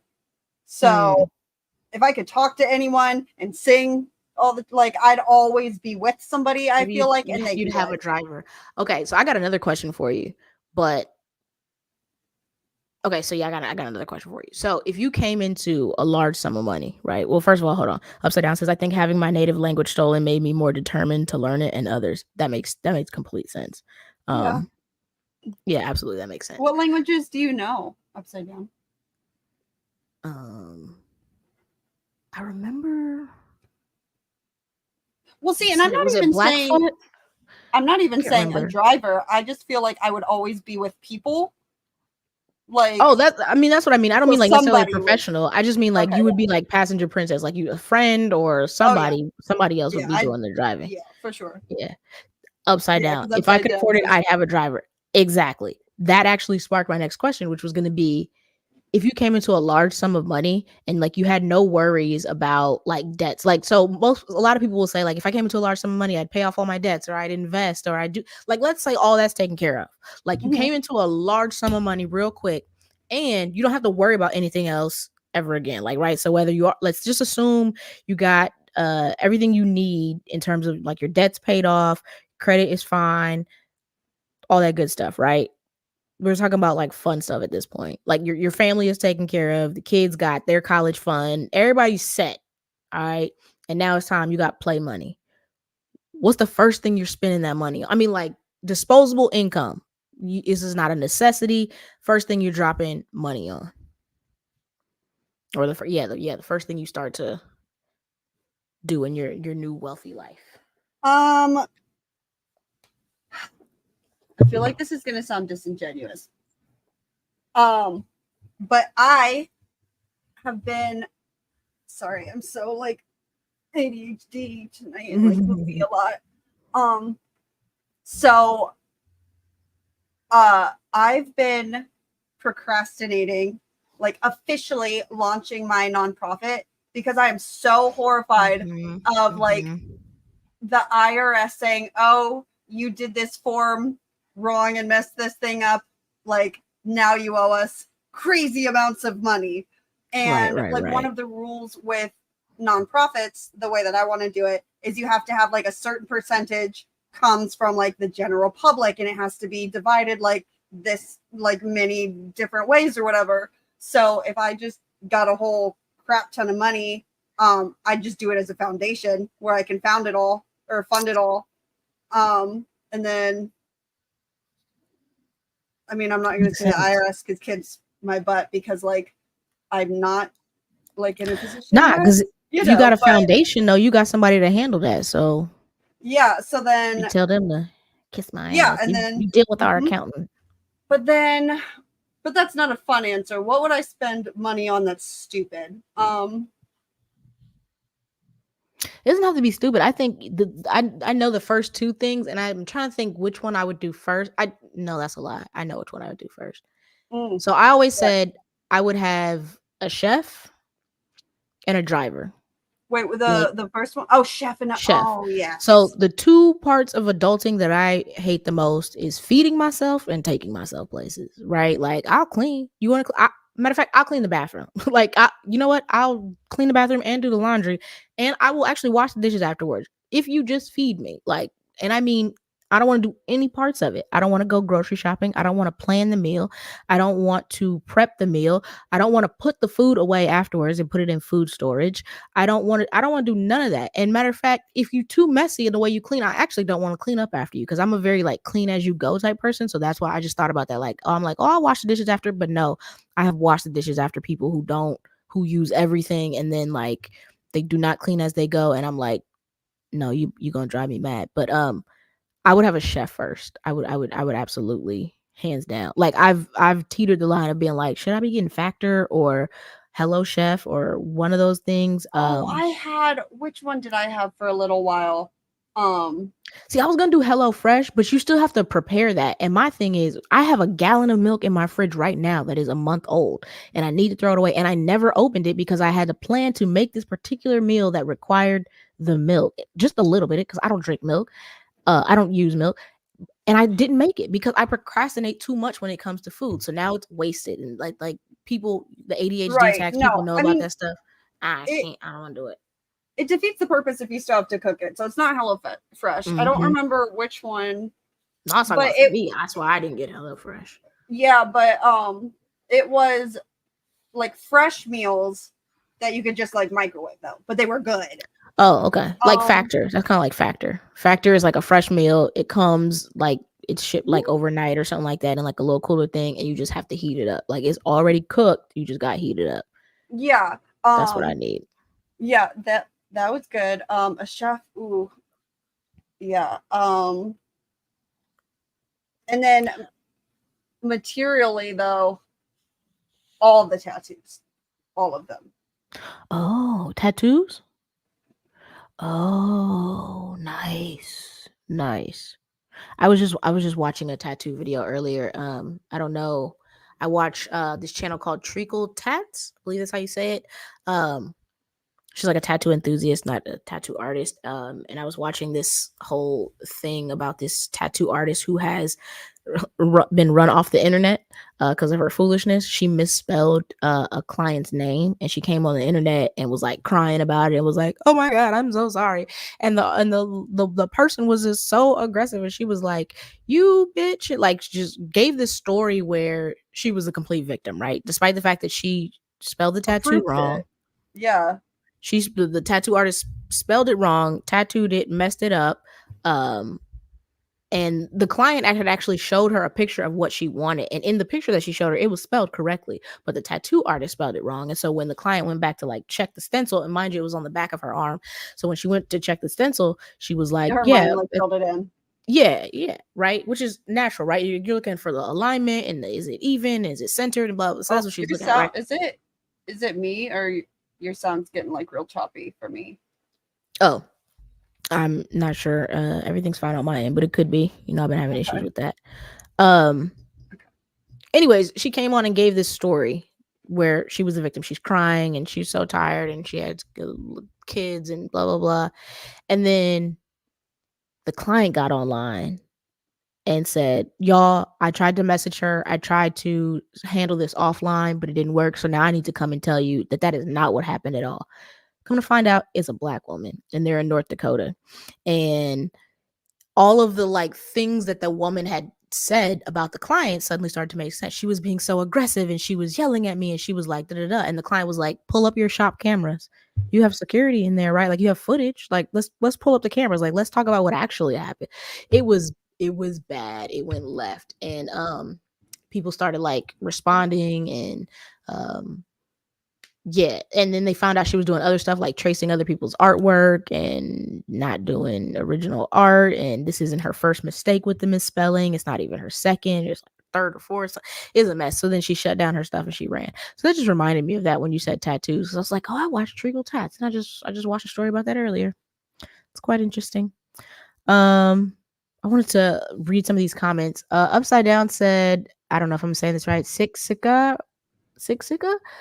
French, Spanish, German, and a little Chinese. I don't know. Is that, I'm assuming that's like Spanish, comma German, and a little Chinese, or is there a language considered Spanish, German? No, probably not. You know what I was thinking of? Like, you know how you have like Canadian French or like whatever. That's why I was thinking. I was like, is Spanish, German a thing? No. Okay, I get it now. Never mind. Upside Down, right, not a driver, a new malfunctioning studio, and a hemp farm for natural products with housing for all the workers. Oh, that's fabulous. I A had to hemp turn my farm. sound. Oh, What happened? sorry. I had to turn my sound off and on again, and so I missed your story. I'll have to go back and watch it. Oh, about the tax?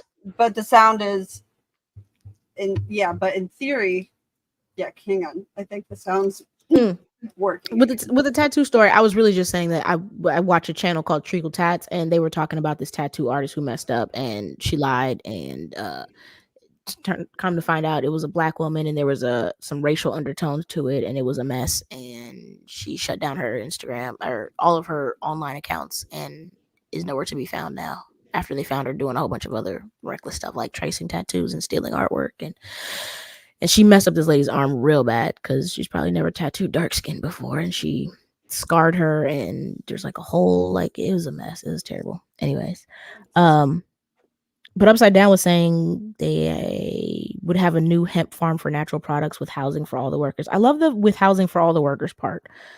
Love that. Yeah, Smalls. I have a cleaning. I already have a cleaning lady. It's the one thing I think is a waste of precious time. So she comes in once a week and has it easy since I'm hardly home. I love that. That's genius. You know what? That's probably the third thing I would get. That's probably the third thing, or maybe second. Like, because maybe driver isn't that bad. Because I would have a driver. That's a lie. I would have a driver. I would get a driver second, but I would have a cleaning lady after that, or not a lady, or cleaning person, whoever, a cleaning team. I would just, you know how like some people don't like. They're like, it looks like nobody lives here. It looks all sterile and like, it's not. I want like tchotchkes every. No, I want it to look like nobody lives here. I want it to look sterile, and I don't mean like in color. I mean I want it that clean. Like that would be my ideal living environment. That was just spotless on a regular basis, carpet shampooed once a week, or maybe I have hardwood floors cleaned every day, it's dusted every day, air purifier. Like I want it to be like surgical operating room sterile, but with color and like vibrant. That would be nice. That would Yeah, be goals. so then I think, I mean, just do the all-in-one, like hire a house manager, and then the house manager can take care of a chef and a this, that, and the other thing. I mean, if you won the lottery and you have no That's true. If I have disposable income, maybe I just hire a house manager and tell them all the shit I hate doing, and they say, got you. And then I go, bet. And then I just get to do all the fun stuff. Upside Down says, oh yeah, Kimmy, I would get my sleeves finished. Oh, you got sleeves. That's dope. I remember this is one of the few things where I do think people should wait until they're slightly older to get tattoos. Like I do think the 18-year-old, thing is good, but I would even encourage people to wait even longer than that, or at least start small. Unless you are like super, you want to just be completely tatted and you're really into counterculture, you're really into art or something, or tattoos are really your thing, then okay, you probably have thought about it long and hard. I had not. I was a kid and was like, oh, I'm gonna get this tat, and I'm gonna get this tat, and I'm gonna get this, and I'm gonna get this, and it's gonna say this. All of my ideas were goofy. They were ridiculous. If I am so grateful I didn't get any of the things that I thought I wanted at 16. That's not true. I got a couple of things. I have a keep in mind I'm a millennial, okay? So let's just get that out of the way. Okay. So I have a West African symbol, I have my granny's name, and I have a music note that is now covered by a larger treble clef. That's about all I have. Low-key kind of wish I didn't have any of those. I'm okay that I do have them, but I don't have any. There's only one more that I want, and I can't actually get it because of where I want it. I have to keep my arms bare because of IVs and like PICC lines and stuff. Like I never know when that might be needed. And I thought about that one day a few years ago, and I was like, oh, that's the only other tattoo that I really wanted. I wanted something here on the inside of my arms, and I can't actually get them now. So no more tattoos for me. I'm good. But I love looking at artwork, like tattooed artwork. Yeah, that is something that I think, especially when people are younger, what you just said about tattoos being like artwork, I don't think that's fully like appreciated and recognized. Like that different tattoo artists have different styles, and it's not like tracing something. Yeah. The fact that people don't put research in obsessively to where they get their tattoo. I mean, I didn't for my first one. My first one, me neither. Not great. It's meaningful. Yeah. I got it with my sister. We got matching tattoos. The quality is not great. Right, same. But same with mine is meaningful, but not great, amazing. Yeah, quality. My whole like forearm, like I've got like 3 matching tattoos on it. So I'm just gonna make it a whole like matching like panel or whatever, and it's like I'll just be a sticker book. And then my leg has the good stuff. And once you realize what can be done with tattoos, and you start to be able to like pick out what's bad in tattoos, then it's like, no, like that's the only reason why I'm not. Well, that's not money, because they cost thousands and thousands of dollars for like what I want. But also it takes so long to get on the right person's books, and they're all over the whatever. Like the fact that people will just go into a shop and be like, oh, cool. I don't think it's a red flag that you're immediately available. Do this thing now. Okay. Oh, Afro-Americana. That's the style. There was something that I wanted to show. And I was trying to think of the name of it. It's called Afro-Americana. So there's this black guy, this tattoo artist, who has, I believe, developed a new style, like a new art style of tattooing.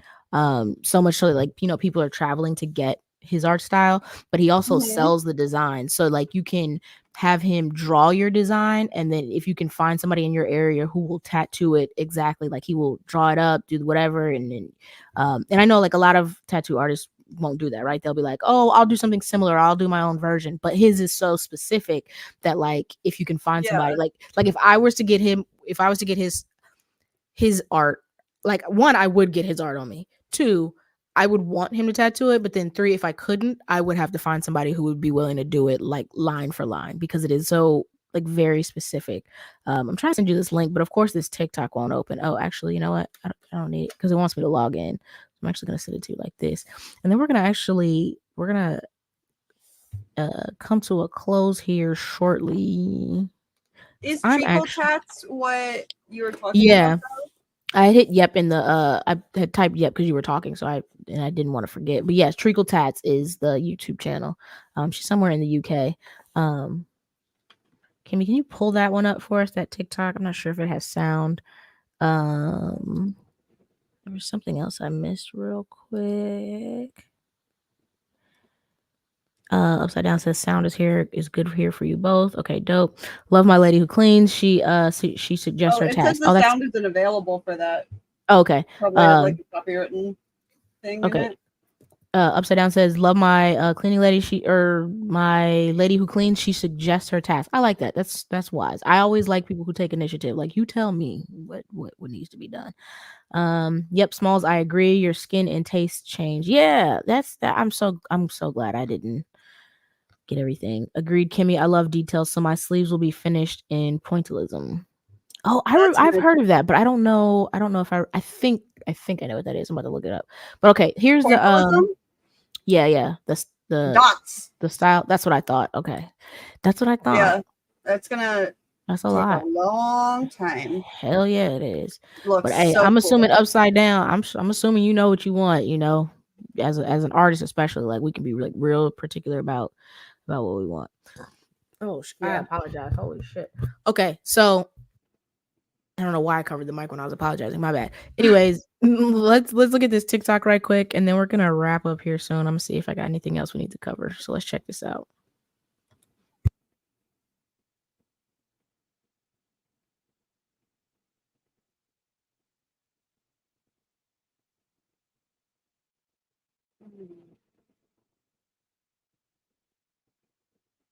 Okay. Yeah. And you know what's crazy? That, like, it feels really like ignorant, but I never thought about like that Afro-Americana wasn't a style before. Like, there's I'm completely blanking on, like, the traditional that, like, he's like using as the whatever, like, I cannot believe that is so awful. Whatever the style is with, like, the eagles and the swords and the, you know, it's not Americana.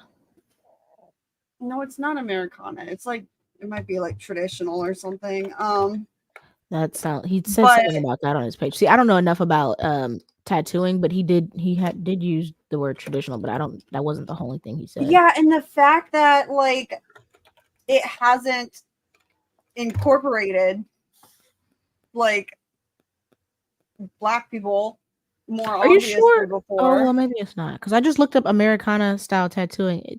It kind of is with the eagles, and it's the traditional style of tattooing I think of when I think of, like, when somebody says, like, traditional.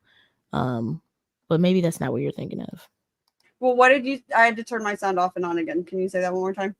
I just said Americana. That's it, the style that I'm seeing when I Google Americana style tattoo. Um, this is what I think of when I think of like when people say traditional tattooing, like like back in the day, like whether it was the dudes with the mustaches or like the hearts with the banner on them, or the eagles, or the skulls, like with the very traditional style of tattooing when it was still super super it really made you a bad boy, like, right, like it made you like whatever to have a tattoo. I don't know. Or like the two hearts with the sword, or the two hearts with like the banner on the across the heart, or like like this big ass giant eagle with the American flag, whatever. Let me see.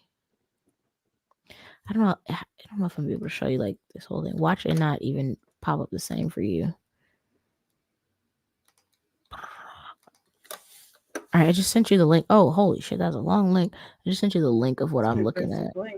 I wonder if actually You're saying you feel like there's no sound. I can actually just show it.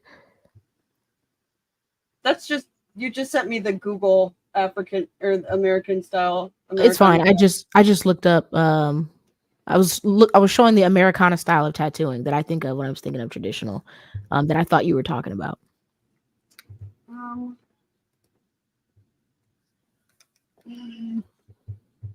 I mean, kind of, but like how his has more of the like the pinup heads or the like women in it.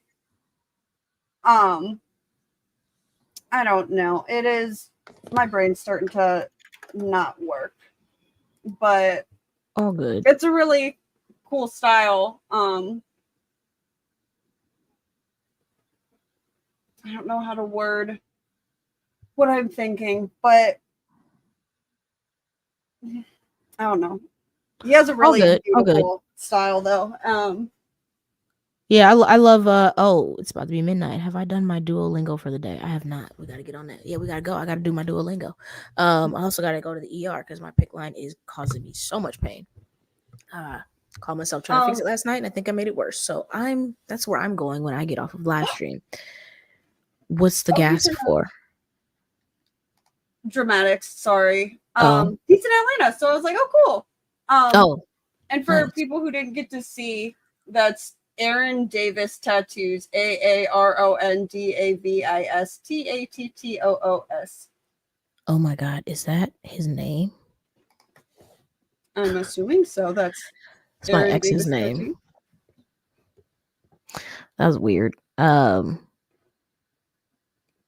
Anyways, yeah, okay, yeah, that Aaron Davis Tattoo. That's the name of the tattoo artist, right? Or that's the name of the handle? Aaron Davis Tattoos, yeah. Tattoos with an S. Okay, cool, sweet, dope. All right, upside down says nice work. I would love to see her create something for you, Smalls. That's personal. Yeah. Wait, who? The tattoo artist? I think Aaron Davis before we knew Aaron Davis. Yeah. Oh yeah, this is upside down saying pointillism is painful. Gotta go into your zone. I feel that. Also, I'm not a fan of pain. That's another reason like I'm not like itching to get tattoos. When I got my first one, I was like, oh, my pain tolerance is so high. Like this should be pretty easy. Like, what are you saying? I already have piercings. I mean, like I've got my nipple pierced. It can't be worse than that. I got my tongue pierced. It cannot possibly be worse than that. Like I should be good. I was not good. Where was it? My very, very, very, very first one was on my ankle, and it's like about this big. I would show you, but I don't even know that you can see it anymore. Yeah, and also I'm ashy. But so I got a music note about this big, but I got it because I wanted to see how my skin would react to tattooing. Because one, anytime you look up an artist, they don't ever have dark skinned people. So I wanted to see what it would look like for me. And I had always been told ink doesn't show up on dark skin and blah, blah, blah, blah. And I was lighter then, but even still, I was just like, so I wanted to see it. But then mostly I wanted to see if I would keloid because I keloid really badly. My dad keloid really, really badly. So everybody was like, you can get tattoos, you're going to keloid. And I didn't. So I got the little one just to see if it would, and it didn't. So then I got my granny's name for my next tattoo. The lines, I got it done by an apprentice, one. That's fine. But as a result, the lines are pretty wonky. So when I got them redone, when I got the music note covered up, I got the music note covered up with a treble clef. That was way better. And I was like, oh, well, since you're here, can you fix the line on my thing or whatever? Well, he ended up like going way too hard. And then he did create a keloid. It's mostly flat now, but he did create a keloid. So my first tattoos were ankle, wrist, ankle, and then my hip, or like my like the front of my hip, I guess. Um, they were all painful. I think the least painful was Yeah. probably my hip, or like, you know, like the pelvis area. But they were all extremely, extremely painful. Like I would Huh. no, I was gonna say I would get my nipple pierced again before I get another tattoo, but I think that's a lie. I don't know, because it's like with piercing, it's like it hurts like hell, but then it's over. But the See, recovery, for me, healing part. No, I wouldn't. No, I want to get my other nipple. No, I wouldn't do that again. That nipple really hurts. does it? I mean, it's worth it, but like it hurts. Like I mean, and then like I got him the same time as like my friend, and I just remember like us leaving the tattoo shop, like every bump, like we were driving, like we couldn't, and we were going to visit my old softball manager or whatever, and she hadn't seen me, and she like grabbed me and hugged me, and I was just like, ah! And everybody's like, what's wrong? And I was like, it was too it's painful. It's painful. Do not recommend. 0 out of 10 do not recommend. But also 10 out of 10 do recommend. But also 0 out of 10 do not recommend. I've never been a fan of piercings. I think because I'm so lazy with jewelry. Like I've got my belly button pierced because I got that instead of a class ring in high school. But like other than that, but my first tattoo was. Wait, you got your belly button pierced instead of a class ring? Yeah, I didn't care about that. Like, oh, like you spent the money on your belly piercing instead of like ordering a class. Yeah. I get it. I'm too sentimental. I had to have a class ring. Where is it now? I don't know. see, Would I wear it know now? exactly. I know exactly where my belly button piercing is from high school, so I got the sentiment. Yeah, no, I'm good. I'm good. So my first tattoo was like on the inside, right here. It was fine. My second one, what like it's you've seen a picture, like it's big, and I wanted to get it on my rib cage. And my artist asked me like, well, what other tattoos do you have? I said, oh, I got this one. Like it was easy. And he goes, no, you do not want to do this on your ribs. Then, like, if that's the only other one you've got, you're gonna hate it. So he suggested I move it onto my thigh, which I did. And I'm really glad I did because that took 10 hours to do. And in the beginning, like I got an adrenaline high, and I was like, oh, this is why tattoos are so addicting. Like this is good stuff. Like this is awesome. I see. I never reached the adrenaline part. I've heard about that high. Oh, it was fantastic. Yeah, I've heard but then about it wore off, and we got to hour 5 and 6 of going back over the same places for saturation because it's a cardinal, and apparently red is hard to saturate. And I was like, this is not fun anymore. Nope. So I was real glad because rib cage, since it like bounces off the bone, it hurts more and it takes longer. It doesn't just hurt more, it takes longer. So I really want, I would like to. I think that's a really cool spot, but I'm going to finish my sleeve and my, I don't know, legging because I got also now above my cardinal, like I've got the whole like front of my thigh like going up now essentially. But I kind of want to like, and maybe I'll do this later in life, I don't know, but like I kind of want to get tattoos to cover up some of like the scarring that I've had, like either from like I have a number of from injuries playing sports, you know, like especially with softball, sliding, and just like so my legs are like really scarred up, but also not just from sports but also from like sickle cell, like or like I have like things on my arms from like old IVs and like which I didn't think about until somebody was like, oh, they're kind of like track marks. And I was like, oh my God, track marks. Oh dear God. Like, right. Like, so I'm like, oh, maybe I should get, so I kind of want to, but like, I also don't really want to be tattooed. Like if I could have it my way, like I would just remove the scars and just like be blank canvas as opposed to like adding tattoos. And then I thought about like maybe getting like my abdomen tattooed because of my scars. So I don't know. Like every place like that I think of, I don't think would be like a good place. Like if I have my rib cage tattooed, you would never see it. You would never see it. I can never be braless. That's not an option. So whether it's I'm wearing a swimsuit, sports bra, it's always gonna be covered, right? And then it's gonna wear down differently because I hear that they wear differently if you know. So I don't know. If I get one again, it'll probably be like just for me. It'll probably be sentimental, or it'll be like some type of cover up.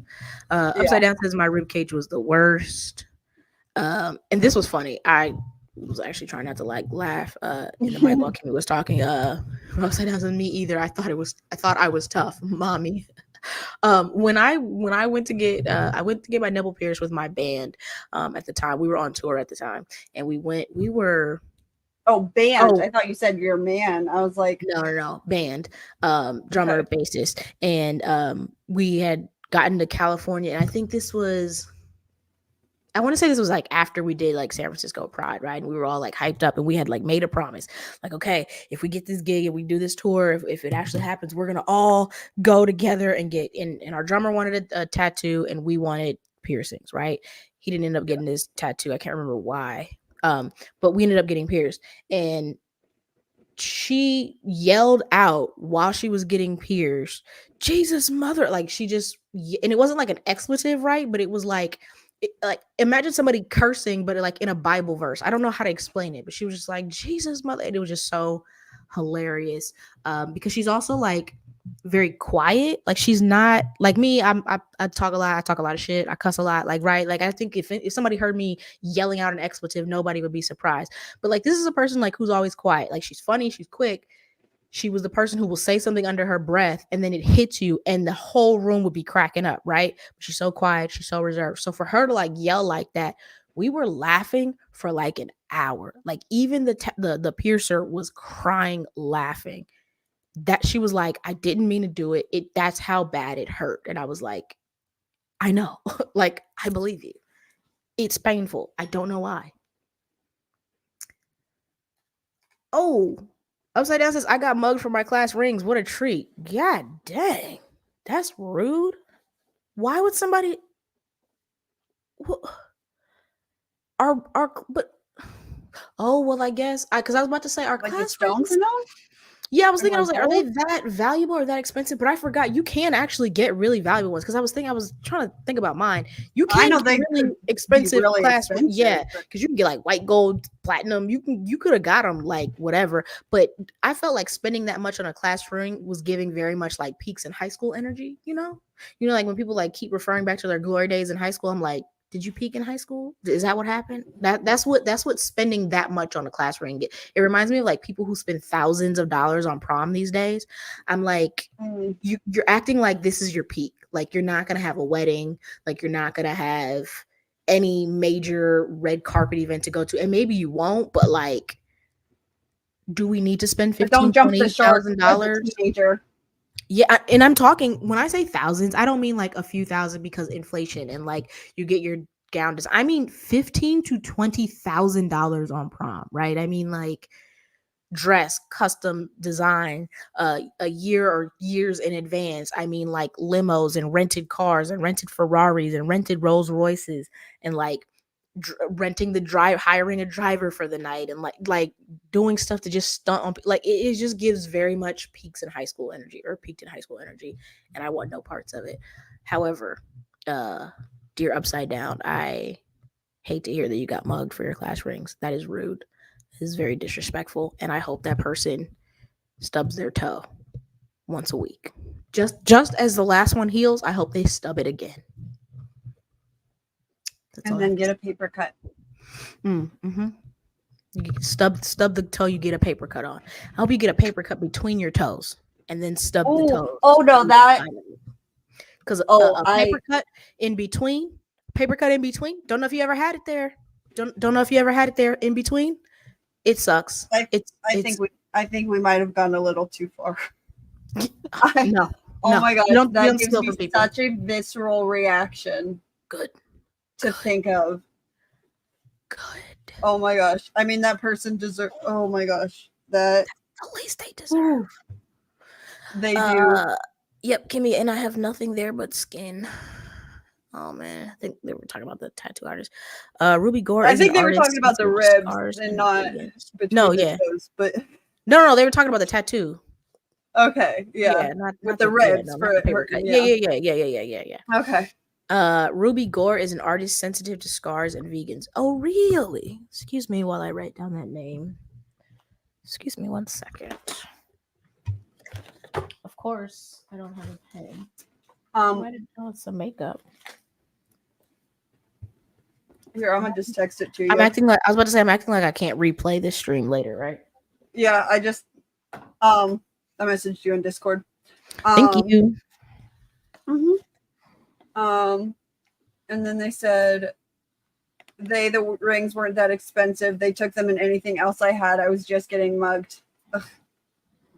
Okay, That's yeah, whack. I hope they get the finger paper cut stubbing. Yeah, that's just rude. I got my car broken into when I was going hiking once. Went on a solo hike, parked my car, brought my backpack. Like I always bring my backpack everywhere I go. And they must have been watching me, right? Because I just took whatever I needed out. I didn't want to take my whole backpack, so I took whatever I needed out and reached and put my backpack behind the seat, but like under the passenger seat or whatever, because that was the only way it could get there because of the bar in the front. And they broke that back small window. Small window? I can't remember. They broke the back window, back passenger window, got it out. And I think my car alarm must have gone off because they didn't look anywhere else in the car. They just grabbed the backpack and left. And I know they were mad. Because wasn't shit in that backpack they could have used. It was like medication, and not medication that was gonna get you high. It was just like medication for my chronic illness. It was like I'm talking like IV, like a super strength ibuprofen type medication. You know, like folic acid, like my daily sickle cell medication. And then I had now the most expensive thing I had in there was my in-ear monitors that I used when I was like on tour, right? You know, the in-ears. But they're custom fit to the ear. They fit to an ear mold, and I have hilariously tiny ears. They could not be used. Like they would fall out of other people's ears. Like they're not. So my point is, they couldn't sell anything in there, and they couldn't use anything in there. The only thing they could have used or sold was the backpack. I had an Osprey backpack that's made for like backpacking. You know, it was. Anyways, but it was like the smaller kind. It's the one that I carry every day, not the big part of it. And that was kind of expensive, but I bought another one or had it replaced or whatever. And that was it. I was mad because I was like, you did all of that. You just cost me money. To this day, I haven't been able to afford to replace my in-ear monitors because those Johns are like over $1,000, right? And insurance didn't cover that? No, insurance didn't cover shit.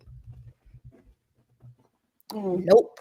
They did not cover the property was in it. And then in order to get my window fixed, the deductible was more expensive than the window. So it was pointless for me to get it fixed. I mean, for me to go through insurance. But yeah, insurance is a racket and you're required to have it. But anyways, I was so mad. I was so mad. And I was like, it was more like an emotional thing than anything, right? Like it was like, why is this happening to me right now? Because I had just gone hiking. I was like trying to get my mental health together. I'd gotten out of the house and I was like, okay, I'm gonna do this thing. I'm gonna be healthy. I'm blah, blah, blah. And it was just like it was just terrible timing. And I called my mom and she was like, do you want me to just come out there? Because she was in the Bay, I was in LA. And I was like, at first I was like, no, I'm gonna be fine. And then I just sat there and I was just like, yeah, I can't figure out what to do. I can't do this by myself right now. I can't do this right now. And then she came. And then in the meantime, I don't know if you've ever seen online on Twitter when people talk about defunding the police or like the police are a problem. Whenever we're complaining about the police, then somebody goes, okay, well, how about you call a crackhead the next time you need help, right? And then a lot of Black Twitter responded. It was like, bitch, I will, or bitch, I already do, right? I think that's funny, but also I'm trying to say this like respectfully though. The first thing I did was call a relative who is an addict and has, experience doing addict things for a long period of their life. And I told him what happened and he was like, oh, okay, this is what you got to do. So you're going to go here, you're going to go look in the trash can, you're going to follow the route to your nearest pawn shop, and then you're going to go and I was like, yeah, that was way more helpful than the police. Like, and I was being dead serious. Like that, like he was far more helpful. Like even though I didn't like recover my things, like at least I had options. I had things to look for. He was like, Yeah. this is what probably happened. He was like, what was in it? He was like, okay, well, when they realize there's nothing in it, they're probably gonna try to toss it as soon as possible. Like check here, go to this dumpster, like do this. And I was like, thank you for at least giving me options, where the police were like, you could file a police report for your insurance and stuff. And like, are you guys gonna look no, I mean, no, we're probably not. So what if they're at different pawn shops? He was like, you can go check, I guess, or whatever. And I was like, okay, so you can do absolutely nothing. The addict was 10 times more helpful than the police were in that situation. And I have found that to be the case literally every time. Like, unless you need to go to the police for something very specific, like a police report or something, I'm not going to the police. I'm not calling the police. So I just find that funny. Yeah, right here. You want a pro, not an amateur. Exactly. And in the world of theft and crime and petty theft and stuff like that, the cops are the amateurs. Yep. All right, let's get out of here. The deductible is a rip. Yep, it's a rip off. It's ridiculous. It's a racket. Hilariously tiny. Love the adjective. I love words. I really do. I don't think people understand. I do the same thing. Smalls. Let me write that down. Yeah, I don't think like people understand. I'm gonna leave you with this message of how much I love words. This is my ode to words in the English language. No, I'm just kidding. I'm not gonna do that, but I really do. I don't know why I find them fascinating, but I love learning about their origin and then like using that knowledge to be able to identify other words. I also get a real thrill out of like the joy and excitement and like surprise that people have when they have like a complicated name, or even one that to me maybe not that complicated, but they're used to people mispronouncing it. And then like if I nail it on the first try, oh, every time. I feel like the most powerful person in the room at that moment, right? Like people, like everybody else is struggling. I'm like, I just nail it the first time. Yeah, that's why I love words. That's a skill I do not possess. I have resting bitch face and like active basic bitch voice, I feel like. So Bitch voice. That's a good one. I've never heard that one. That's a good one, bro. That's a good one. I mean, I feel like it's accurate. I'm not mad about it. All right, so I'm gonna get out of here because I think it's we gotta get out of here. Yeah, I think it's finally late enough, or I can go to the ER and hopefully not be there all night. Wish me luck. I'm gonna see if I can make some. Actually, I don't think I have to make anything up because I'm actually in very real pain. So, and I'm going to a different hospital this time than the one I went to last time. Kimmy, I don't know if I told you last time. Remember, I was like there for so long, and then like they finally called me back, and they looked at it. And then they brought out the like dressing thing, which I had asked them if they could just give me the dressing and I would go home and do it myself, right? And they were like, we can't do that, even though that's what they did before. They were like, we can't do that. And so like the nurse came and like we're like, anyways, I saw the people. They came back with the dressing stuff, and I sat there and I was like, I'm out of here. And I just took all the supplies and I left. So now I feel like I can't go back to the same one because they probably have it done. Stole our medical supplies. You know, I don't know. They probably didn't put that. They might have though. I don't know. But anyways, I'm gonna get out of here. Kimmy, thank you for joining me. And I don't know if you were here for this. Yeah, I had a fun time. That was the goal of tonight's stream, just to chill and have a fun time. I didn't want to get too deep into the weeds of too many heavy stuff because we got a lot going on. For those of you who missed it, if we do have any more information, like we said at the beginning of the like I said at the beginning of the stream, if we do have any more information about Ray, we'll give it to you when we get it. For now, just keep him in your prayers and your thoughts and all the good stuff, and we will go from there. Wish him well, hope that he is well, and then hopefully maybe he can update us on all things when he returns to action or whatever. I don't know. I'll put it like this. If you don't hear anything about it and you just see him show up one day again, then it means none of your business. Otherwise, maybe he will update us. But for now, just keep him in your prayers. Aside from that, we are doing what we've been doing, which is fundraising or working on fundraising for this, applying for grants and things like that. So we're going to keep it chill for right now in terms of community check-ins. And these are still going to be chill. And the reason we do these is because our Wednesday night lives require a lot more planning and producing, and time and effort goes into them, and writing the scripts and writing the outlines and gathering resources and sources and Whereas a community check-in, we can just come, hang out, have a good time, let you know what's going on with the project, give you updates, hear feedback from you, have a good time, stuff like that. Quite literally a community check-in. So thank you for joining us here. Any last words, Kimmy? No, and I mean it. Good night. All right, there we go. Waheguru ji ka khalsa, waheguru ji ki fateh. I'm Smalls, and I'm out, y'all. Peace.